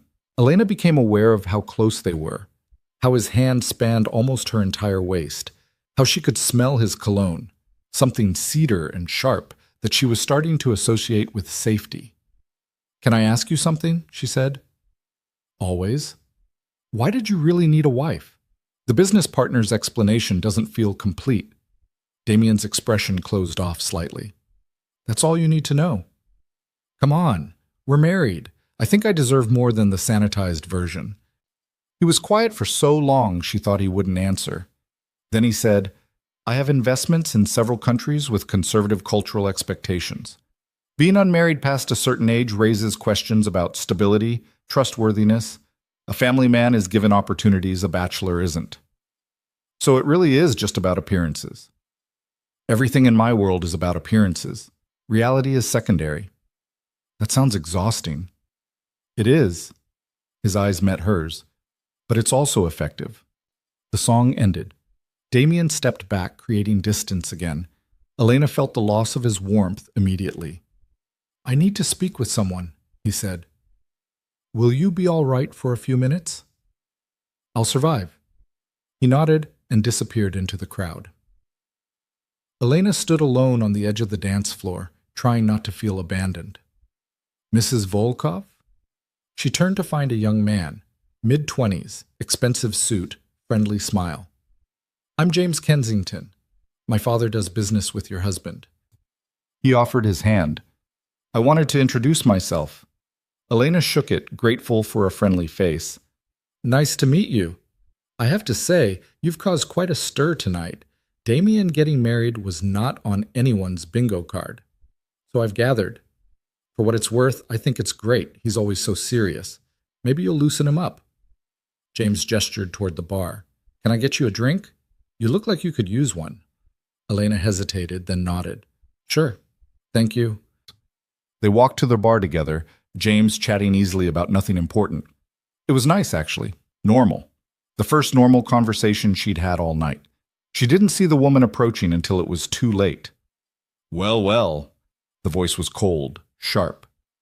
So this is the famous new wife. Elena turned to find a stunning blonde in a dress that probably cost more than Elena's car. The woman looked her up and down with undisguised contempt. I'm sorry, Elena said. Have we met? Not officially. I'm Natasha Fedorova. She said it like Elena should recognize the name. When Elena's face stayed blank, Natasha's smile turned vicious. Damien's ex-girlfriend. Elena's stomach dropped. Oh. Oh, indeed, sighed some. Natasha moved closer, invading Elena's space. I have to say, you're not what I expected. I thought he'd upgrade, not downgrade. James shifted uncomfortably beside Elena. Natasha, maybe what, James? Maybe I should welcome her to the family? Pretend I'm happy about this? Natasha's eyes were hard. She trapped him. Some nobody with a kid probably got pregnant on purpose. It's pathetic. Heat flooded Elena's face. I didn't trap anyone. Please, you think Damien would marry someone like you otherwise? You're a charity case, a pity project. Natasha leaned in. And when he gets bored, and he will get bored, he'll throw you back to whatever gutter he found you in. Elena's hands were shaking. She wanted to defend herself, to say something cutting back, but her throat had closed up. Then Damien's voice cut through the tension like a knife. Natasha, walk away. The blonde spun around. Damien, I was just getting to know your wife. You were insulting her. I heard every word. He stepped between them, his presence suddenly protective. Leave. Now. You can't be serious about her. This whole thing is ridiculous. I won't ask again. Something in his tone made Natasha go pale. She shot Elena one last venomous look, then stalked off, heels clicking against the marble floor. Damien turned to Elena. Are you all right? Fine. The word came out steady, even though she felt like she might throw up. I'm fine. You're not. He took her arm. Come on, we're leaving.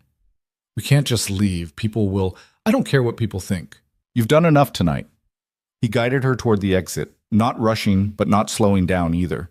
Elena caught glimpses of surprised faces, heard whispered comments, but Damien didn't acknowledge any of it. In the car, Elena finally let herself shake. She pressed her hands together to stop the trembling, but it didn't work. I'm sorry, she said. For what? For not handling that better. For letting her get to me. She's a vicious woman who's angry I moved on. That's not your fault. Damien loosened his tie. I should have warned you she might be there. You dated her? For about 6 months, 2 years ago. It ended badly. She still seems pretty invested. Natasha is invested in the idea of me, not the reality. He looked out the window. She wanted the status, the money, the power. When she realized I wasn't going to give her access to any of it, she tried to manipulate her way in. I ended things. She said I trapped you. She's projecting. That was her strategy, not yours. Elena turned to look at him. Did she actually try to get pregnant on purpose? Among other things. His jaw tightened. It's not a story worth repeating. They drove in silence for a while. Elena watched the city lights blur past, trying to process everything that had happened. The party, the dancing, Natasha's cruel words. Thank you, she said finally, for defending me. You're my wife. Even if it's just on paper, I won't tolerate people disrespecting you. Still, it meant something. He didn't respond, but something in his expression softened slightly.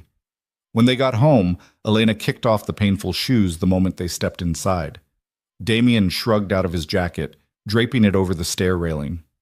You did well tonight, he said. Better than well, actually. I barely survived. You survived a room full of sharks with perfect composure. That's more than most people manage their first time. Elena looked at him, this complicated man she'd married out of desperation.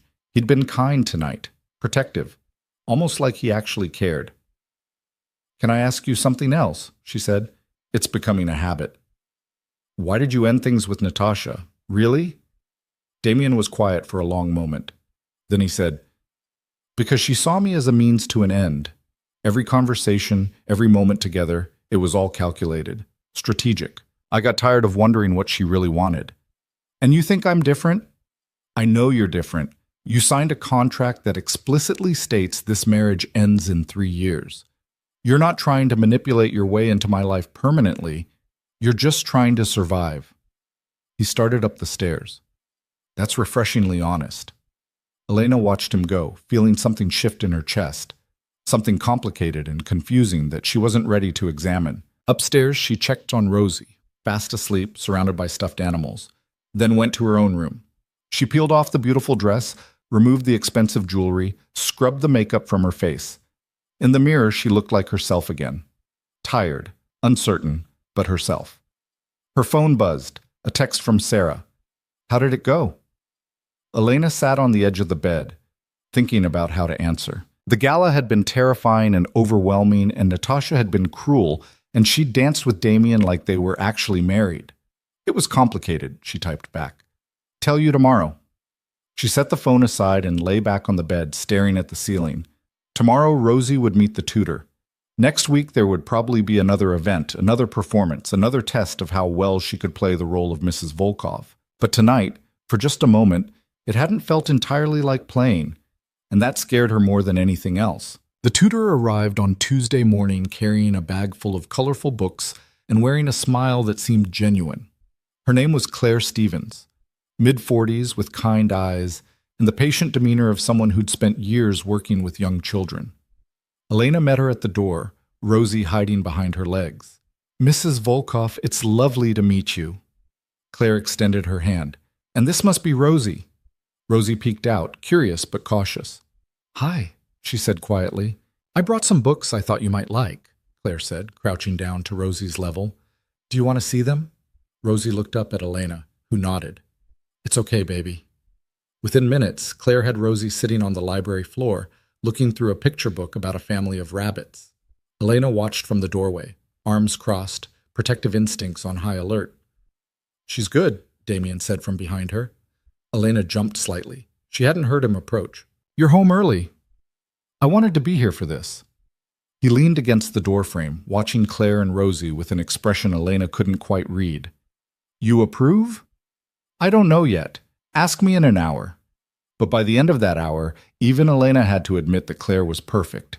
Patient without being condescending, engaging without being overwhelming. Rosie was already asking when Claire would come back.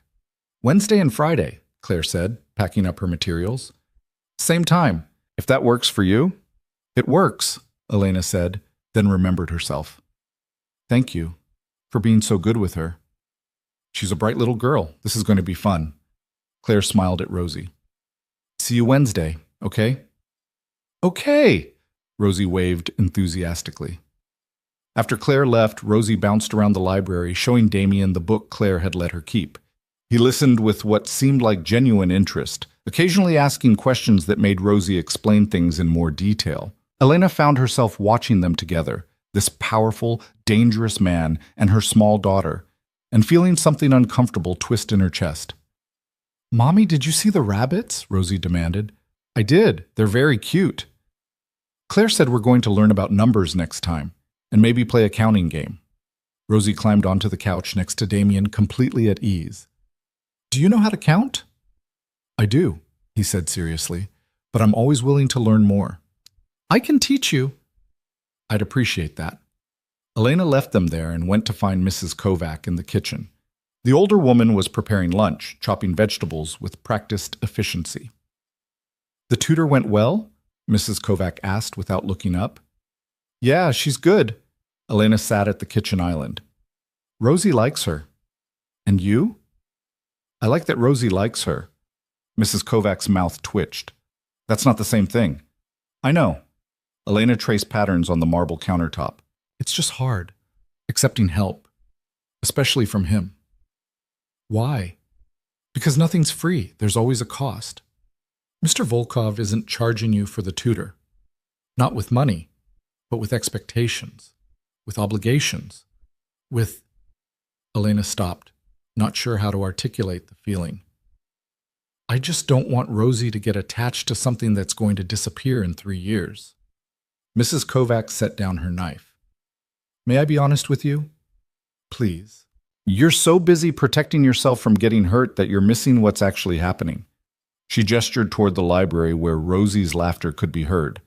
Your daughter is happy. She's safe. She has opportunities she wouldn't have had otherwise. Maybe instead of waiting for the other shoe to drop, you could just accept that some good things don't have ulterior motives. The words hit harder than Elena expected. You think I'm being paranoid. I think you're being careful. But there's a difference between careful and closed off.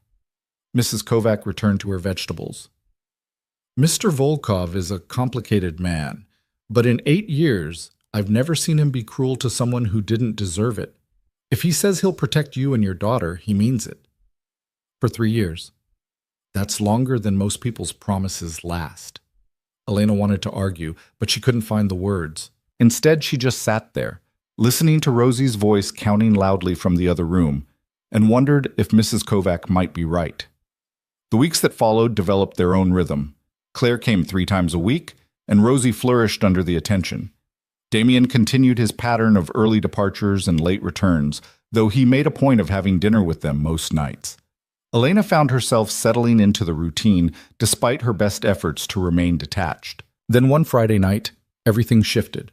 Elena had put Rosie to bed and was reading in the library when she heard raised voices from Damien's study. She tried to ignore it. His business wasn't her concern, but the conversation was getting louder. Then something crashed, glass breaking. Elena was on her feet before she consciously decided to move. She reached Damien's study just as the door flew open, and a man she didn't recognize stormed out, face red with anger. This isn't over, Volkov! He shouted over his shoulder. Damien appeared in the doorway, tie loosened, jaw tight.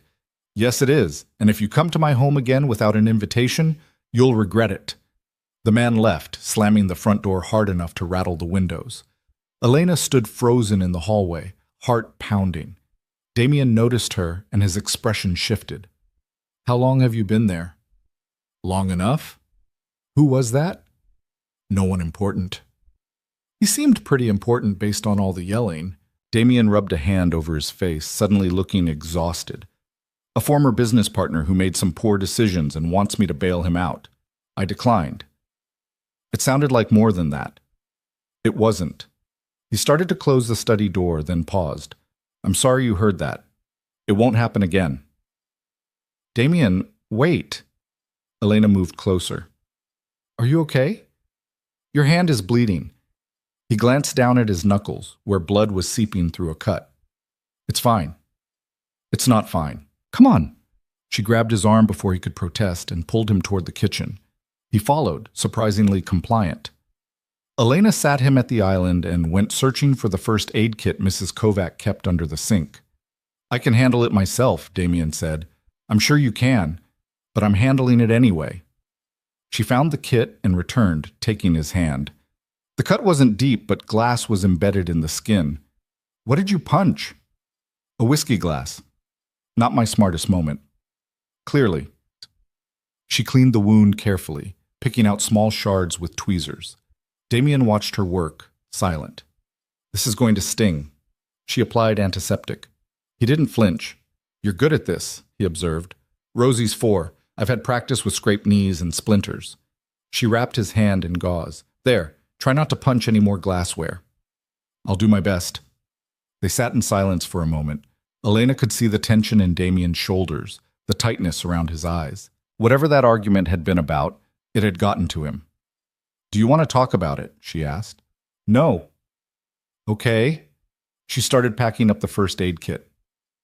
He accused me of stealing from him, Damien said suddenly. Said I manipulated contracts and cut him out of profits he was owed. All lies, but he's threatening to go to authorities, make a formal complaint. Can he actually do that?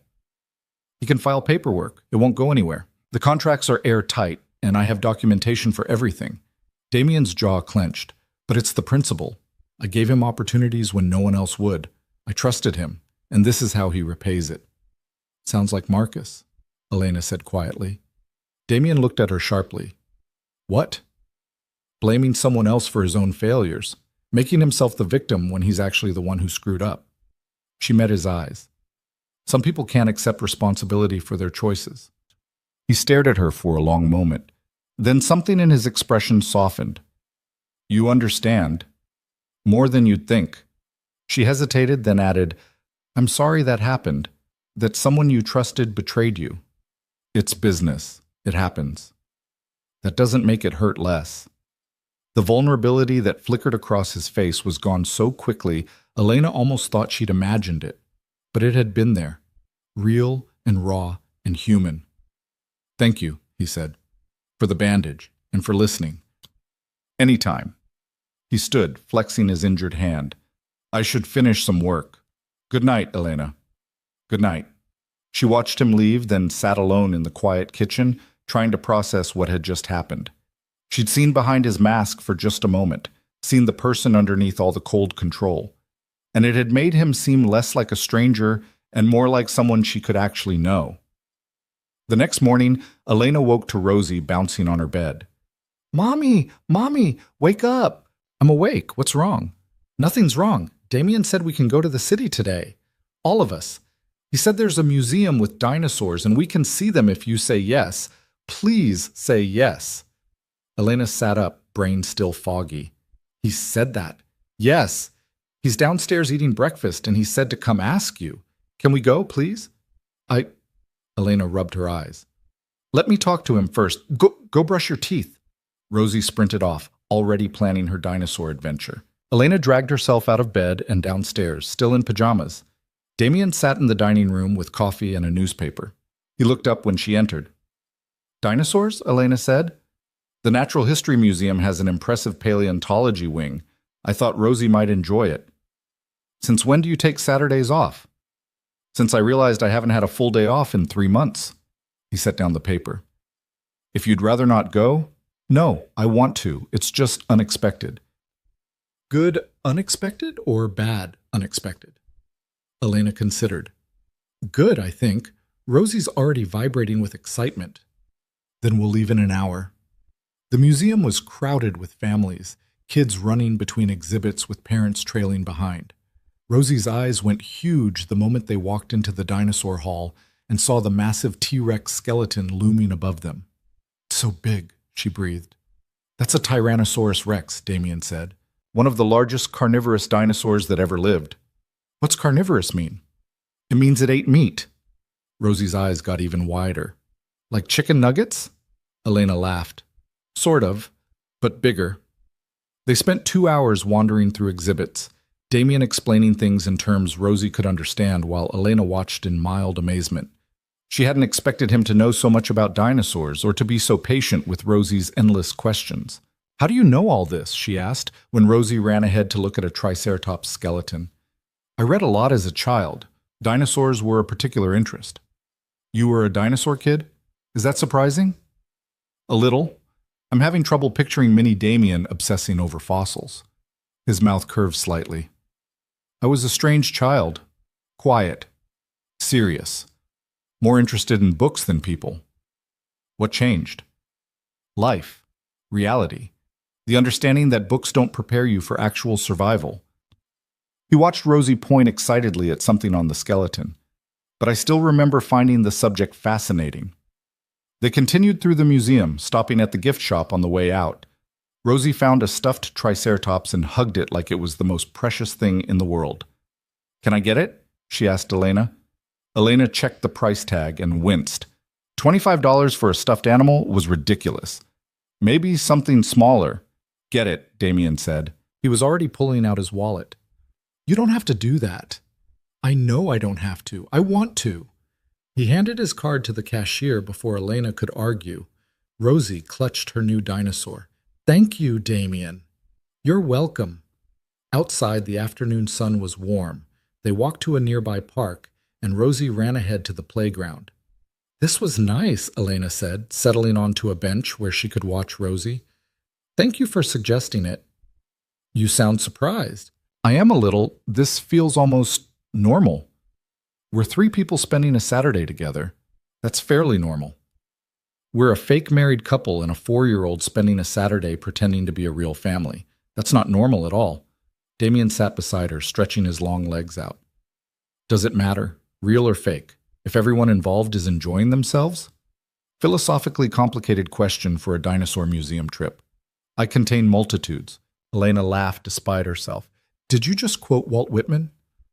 I told you, I read a lot as a child. They sat in comfortable silence, watching Rosie go down the slide over and over, each time announcing it was the best one yet. Can I ask you something? Elena said eventually. You ask me a lot of things, and you rarely answer honestly. Fair point. What do you want to know? Why did you really suggest this today? The museum, I mean. Damien was quiet for a moment. Yesterday you saw me at my worst.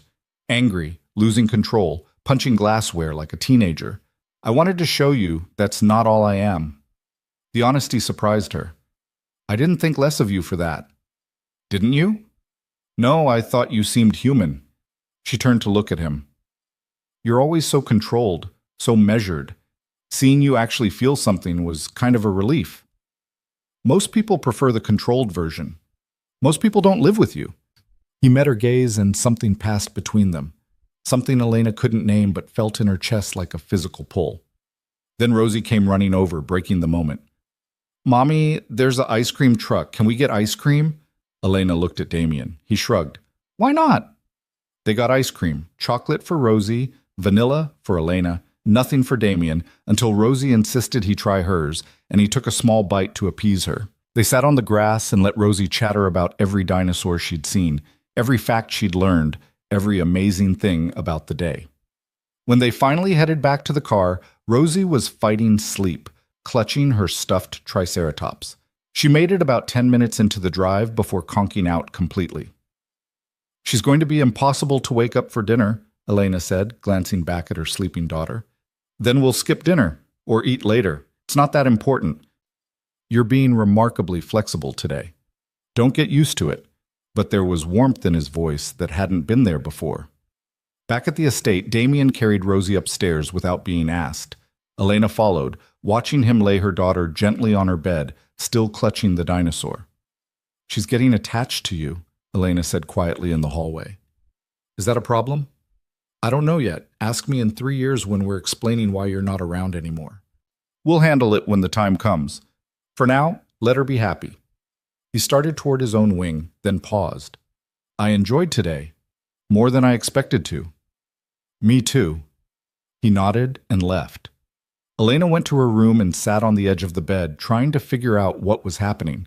She'd agreed to a business arrangement, a transaction, 3 years of playing a role in exchange for safety and money.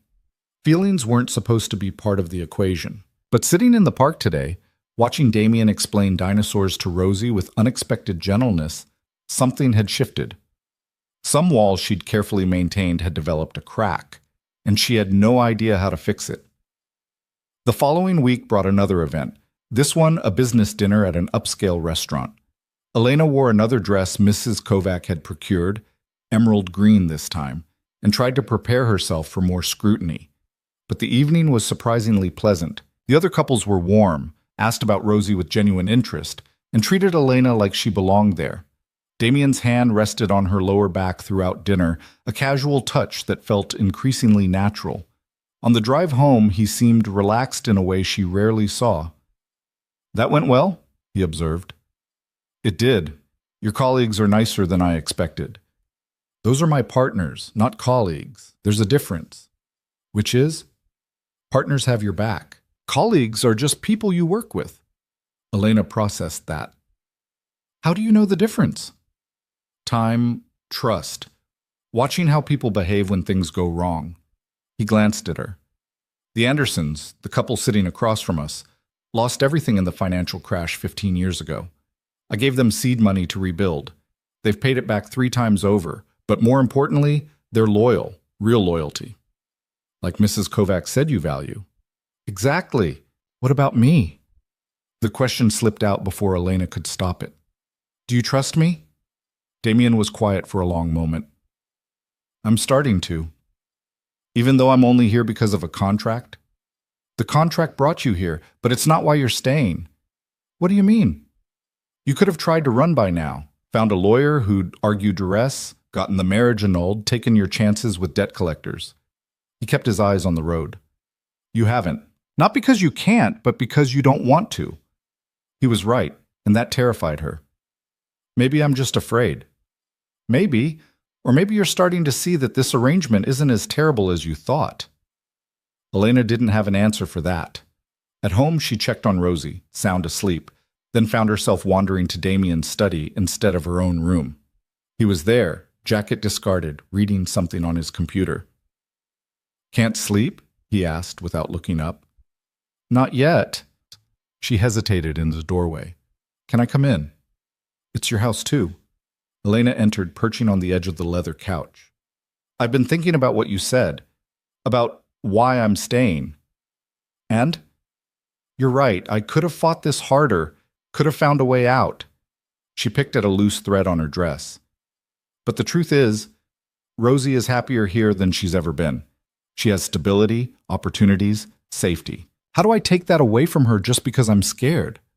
Scared of what? Of this becoming real, of forgetting it's temporary. She met his eyes. Of getting used to you.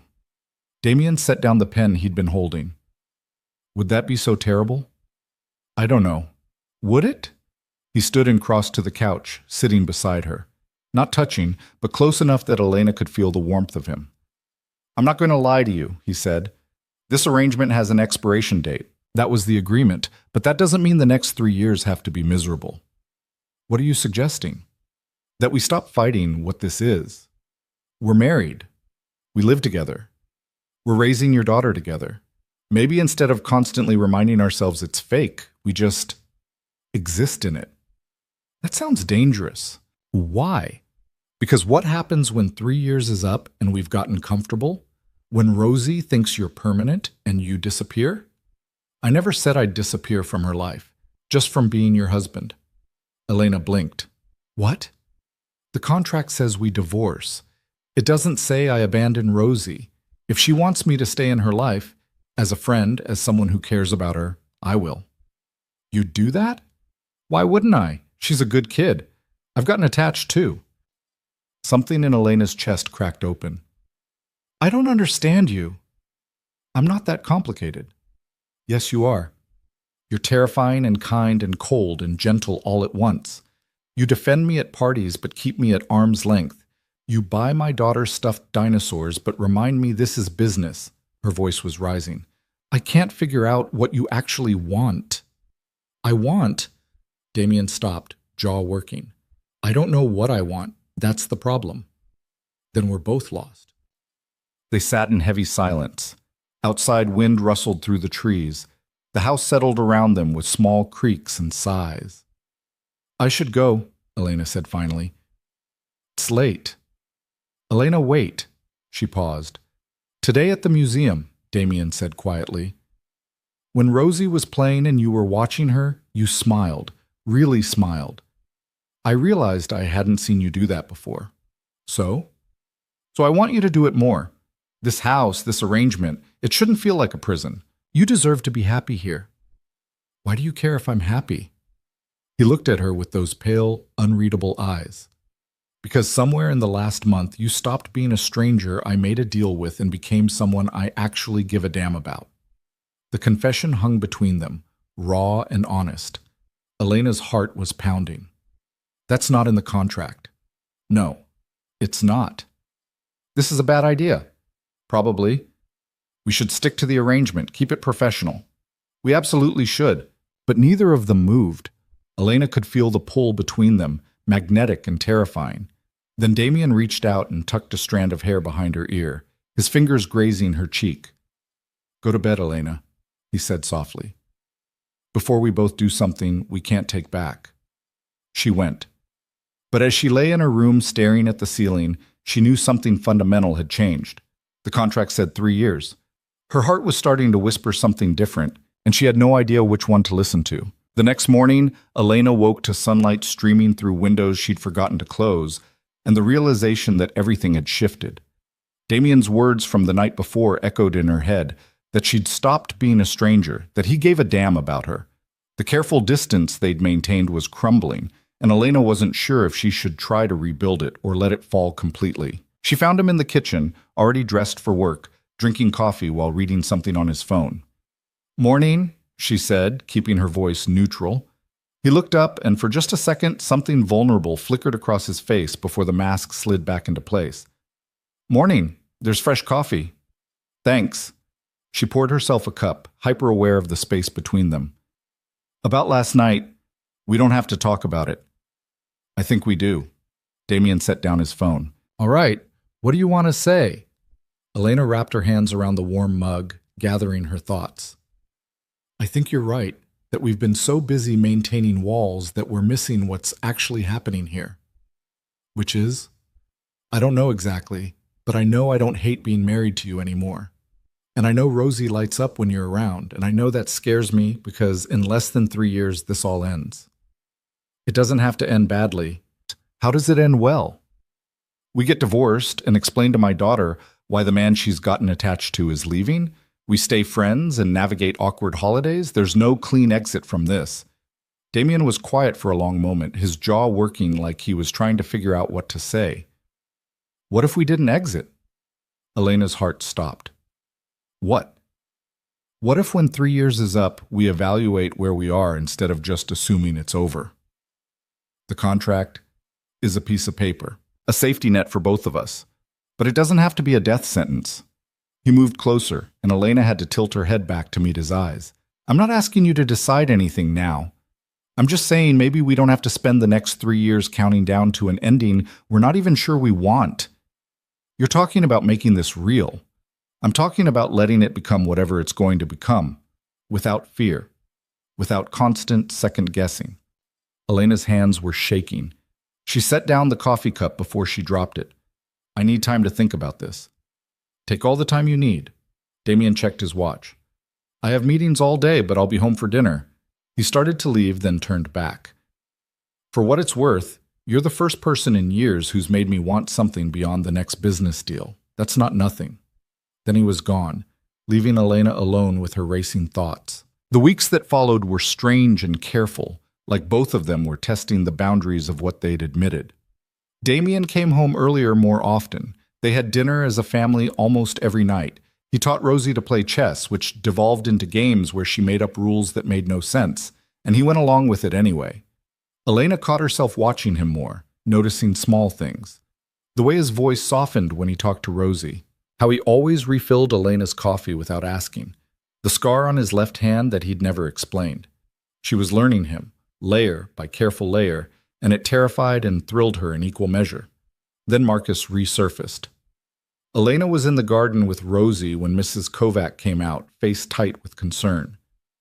"There's someone at the gate," she said. "He's asking for you. Says his name is Marcus Chen." Ice flooded Elena's veins. "What?" "Security stopped him, but he's insisting he needs to speak with you. Something about unfinished business." Rosie looked up from the flower bed where she'd been digging. "Who's Marcus?" "No one important, baby." Elena's mind was racing. "Mrs. Kovac, can you keep Rosie inside for a bit?" "Of course," the older woman held out her hand. "Come on, sweetheart, let's make cookies." Rosie went willingly, already chattering about what kind of cookies she wanted to make. Once they were inside, Elena pulled out her phone with trembling hands and called Damien. He answered on the first ring. "What's wrong?" "Marcus is here, at the gate. He wants to talk to me." Silence. Then, "I'll be there in 20 minutes. Don't go near him." "I'm not planning to." "Elena, I mean it. Stay in the house. I'll handle this." "He's my problem." "He stopped being just your problem the day you married me. Let me handle it." The line went dead. Elena stood in the garden, arms wrapped around herself, trying to process that Marcus had actually shown up. After everything he'd done, after abandoning her and stealing millions and disappearing, he had the audacity to come here. She went inside but couldn't sit still. She paced the living room, checking her phone every 30 seconds, jumping at every sound. Finally, she heard the gravel crunch of Damien's car arriving. He came through the front door with 2 of his security team, his expression carved from stone. "Where is he?" "Still at the gate. Security wouldn't let him through." "Good." Damien pulled off his jacket, tossed it over a chair. "Stay here." I want to come with you. No. Damien, please, I need to see him. I need to. Her voice cracked.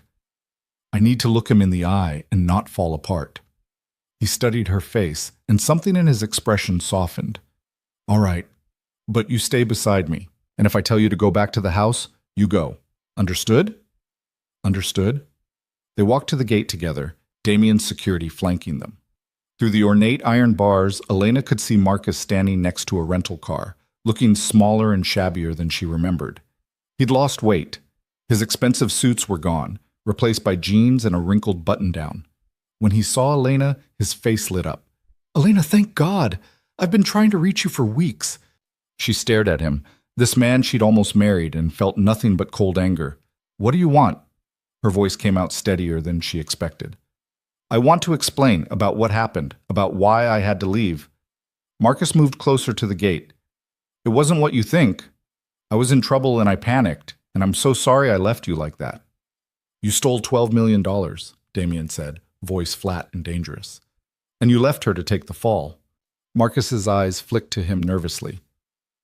I don't know what you've been told, but I didn't steal anything. There was a misunderstanding with some investments. Don't lie to her. Damien's tone could have frozen hell. I have documentation of every fraudulent transfer you made, every falsified account, every client you scammed. You're a thief, and the only reason you're not in prison is because I chose not to press charges. Because you wanted her for yourself. Marcus's mask slipped, showing the desperation underneath. You swooped in the second I was gone, married her before the wedding flowers even died. That's not coincidence. You're right, Damien said. It's not. It's opportunity. You left a debt and a woman who deserved better. I offered her a solution. A solution? Marcus laughed bitterly. You trapped her, probably threatened her, held the debt over her head until she had no choice. Is that what you think happened? Elena stepped forward, hands clenched. That I was so helpless I let myself be bullied into this? I know you, Elena. You're not strong enough to stand up to someone like him. The words hit like a slap.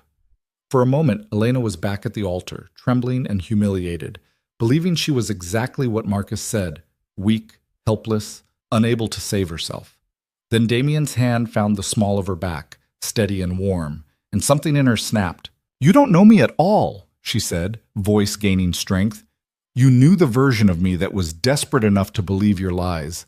The woman who thought someone like you could actually care about her. But that person is gone. Elena, please. I chose this marriage. Damien gave me the terms and I accepted them because I'm smart enough to recognize a good deal when I see one. My daughter has stability. I have security. And I'm not drowning in debt because of your mistakes. She moved even closer to the gate. You want to know the difference between you and him? He's been honest from the start. Cold, yes. Demanding, yes. But honest. You lied every single day we were together. Marcus's face had gone red. You're making a mistake. He's dangerous, Elena. You think he married you out of kindness? Men like him don't do anything without a reason. You're right. He had reasons. And he told me what they were instead of lying about them. Elena felt Damien's hand press more firmly against her back, anchoring her. Now get off this property before I call the police myself and tell them exactly where to find the man who stole millions and fled the country. You wouldn't. Try me. Marcus looked between them, and Elena saw the moment he realized he'd lost. Whatever he'd come here hoping to accomplish, to manipulate her, to get money, to cause trouble, it wasn't going to work. You deserve each other, he spat. Both of you. Enjoy your fake marriage and your fake life. He got in the rental car and peeled out, gravel spraying. Elena watched him disappear down the tree-lined drive and felt something loosen in her chest. She'd stood up to him, hadn't fallen apart, hadn't begged him to explain or apologize or make it make sense. She'd been strong. Damien's hand moved from her back to her shoulder, turning her to face him. Are you all right? I think so. She let out a shaky breath. That was terrifying. You handled it perfectly. I almost didn't. When he said I wasn't strong enough, I almost believed him. But you didn't. That's what matters. His eyes searched her face. You're stronger than you know, Elena. I've been trying to tell you that since the day we met. Elena looked up at this complicated, dangerous man who'd somehow become the person she relied on most. Thank you for being here, for backing me up. Always. The word was simple but weighted with promise. They walked back to the house together, and Elena realized that for the first time since Marcus had left her at that altar, she felt free. Not because the debt was forgiven, or because she lived in a mansion, or because she had financial security, but because she'd proven to herself that she could stand on her own 2 feet and not break. That night, after Rosie was asleep, Elena found Damien in the library with a book and a glass of whiskey. "Can we talk?" she asked from the doorway. He set down the book immediately. "Of course." Elena came in, closed the door, and sat in the chair across from him. "I've been thinking about what you said, about letting this become whatever it's going to become. And? I'm scared. I'm still scared, but I'm tired of being scared more than I'm living." She twisted her wedding ring, the real one, not the too big temporary one from that first day. "Rosie asked me today if you were going to be her daddy now. Not her father, but her daddy. The person who's there every day." "What did you tell her?" "I told her the truth, that you're my husband and you care about her and you're part of our family now." Elena's eyes stung. "And then I realized I meant it. Somewhere in the last few months, you stopped being the stranger I made a deal with and became family." Damien set down his glass and moved to kneel in front of her chair, taking her hands. "Elena, let me finish, please." She took a shaky breath. "The contract says 3 years, and maybe we get to the end and we've driven each other crazy and we're ready to walk away. But maybe we don't. Maybe we get there and we've built something real, something worth keeping." "What are you saying?" "I'm saying I want to try, really try. Not just coexist in the same house and count down to an expiration date, but actually build a life together." She squeezed his hands. "I'm saying I'm falling for you, Damien Volkov, and it terrifies me, but I'm done running from it." His eyes closed briefly, and when they opened, they were blazing with something Elena had never seen before. "I need you to understand something. I'm not an easy man. I'm controlling and demanding, and I have enemies who might try to use you to get to me. Choosing this, choosing me, it's not going to be simple." "I don't want simple. Simple was Marcus, and look how that turned out." Elena reached up to touch his face, her fingers tracing the sharp line of his jaw. "I want real, complicated, messy, real." "I've never done this before," he admitted quietly. "Felt this way about someone. Let myself want something beyond business and power." "Then we'll figure it out together." Damien surged forward, kissing her with an intensity that stole her breath. Elena kissed him back, pouring months of tension and fear and reluctant affection into it. When they finally broke apart, both breathing hard, Damien rested his forehead against hers.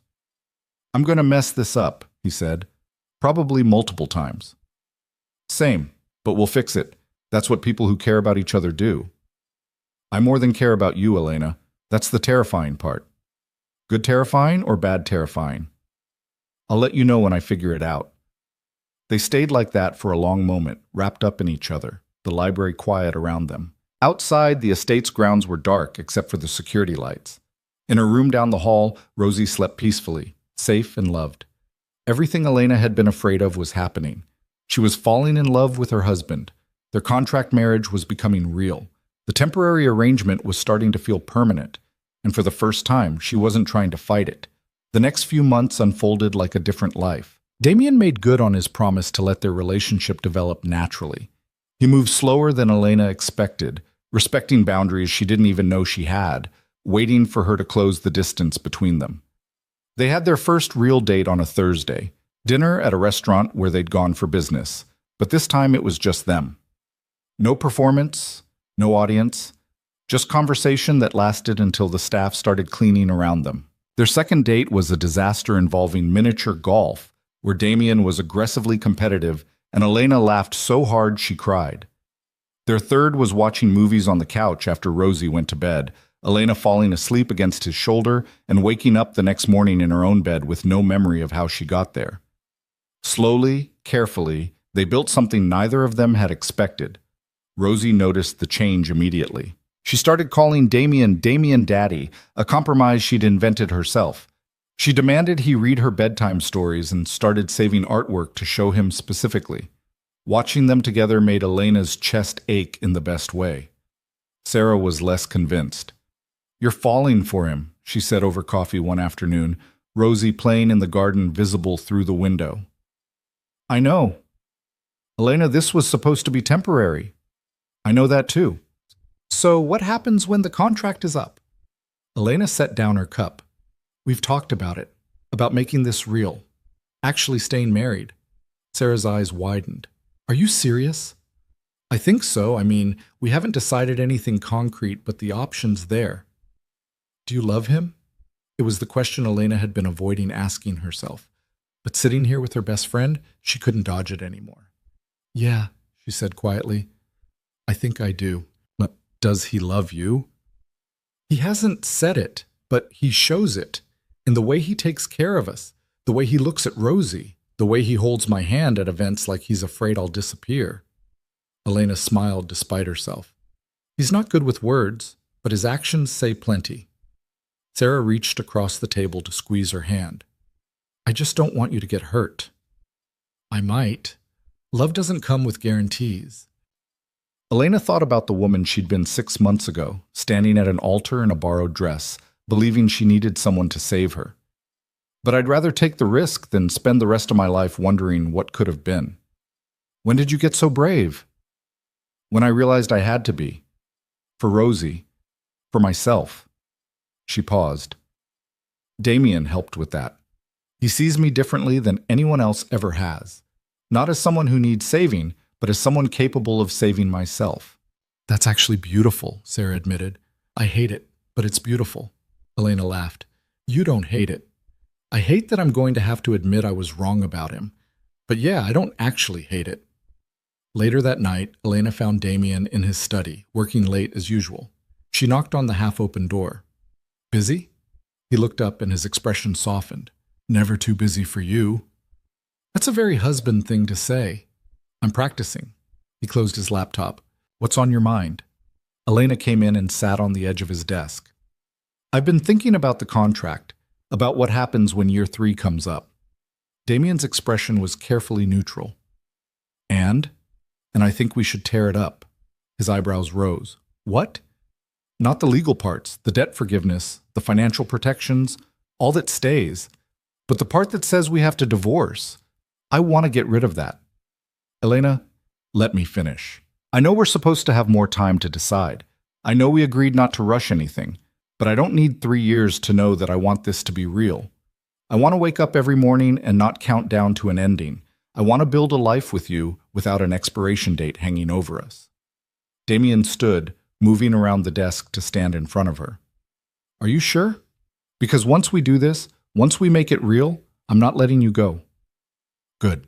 I don't want you to." He cupped her face in his hands, thumbs brushing her cheekbones. "I love you. I should have said it sooner, but I wanted to be sure you were ready to hear it." Elena's breath caught. "You love me?" "Desperately, completely, in ways I didn't know I was capable of." He kissed her forehead. "You've transformed my life, Elena. This house was just a building before you and Rosie. Now it's home." Tears spilled down her cheeks. "I love you too, so much it scares me." "Good. We'll be terrified together." He kissed her then, slow and deep and full of promise.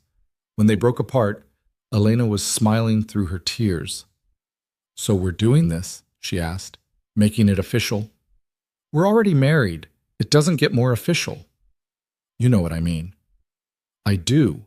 And yes, we're doing this." He pulled her close, and Elena let herself sink into the solid warmth of him. "I'll have my lawyer draw up an amendment to the contract. Something that makes this permanent. Real." "What about the settlement? The money I was supposed to get after 3 years?" "I'll set up a trust in your name. So you always have security, always have options. I never want you to feel trapped." Elena pulled back to look at him. "I don't feel trapped. For the first time in my life, I feel free." 2 weeks later, they signed the new agreement. It was much shorter than the original, just a few pages outlining financial protections and provisions for Rosie, with all mentions of divorce removed. Damien's lawyer seemed baffled. Elena's lawyer seemed thrilled. Patricia Stern just smiled like she'd predicted this outcome all along. "Congratulations," she said, shaking both their hands. "This time you're actually choosing each other." She was right. The first time they'd been driven by desperation and necessity. This time was different. This time was real. That night, they celebrated quietly. Just the three of them, Elena, Damien, and Rosie, having dinner in the garden under string lights Mrs. Kovac had helped hang. Rosie was oblivious to the significance, just happy to eat outside and chase fireflies afterward. But Elena and Damien knew.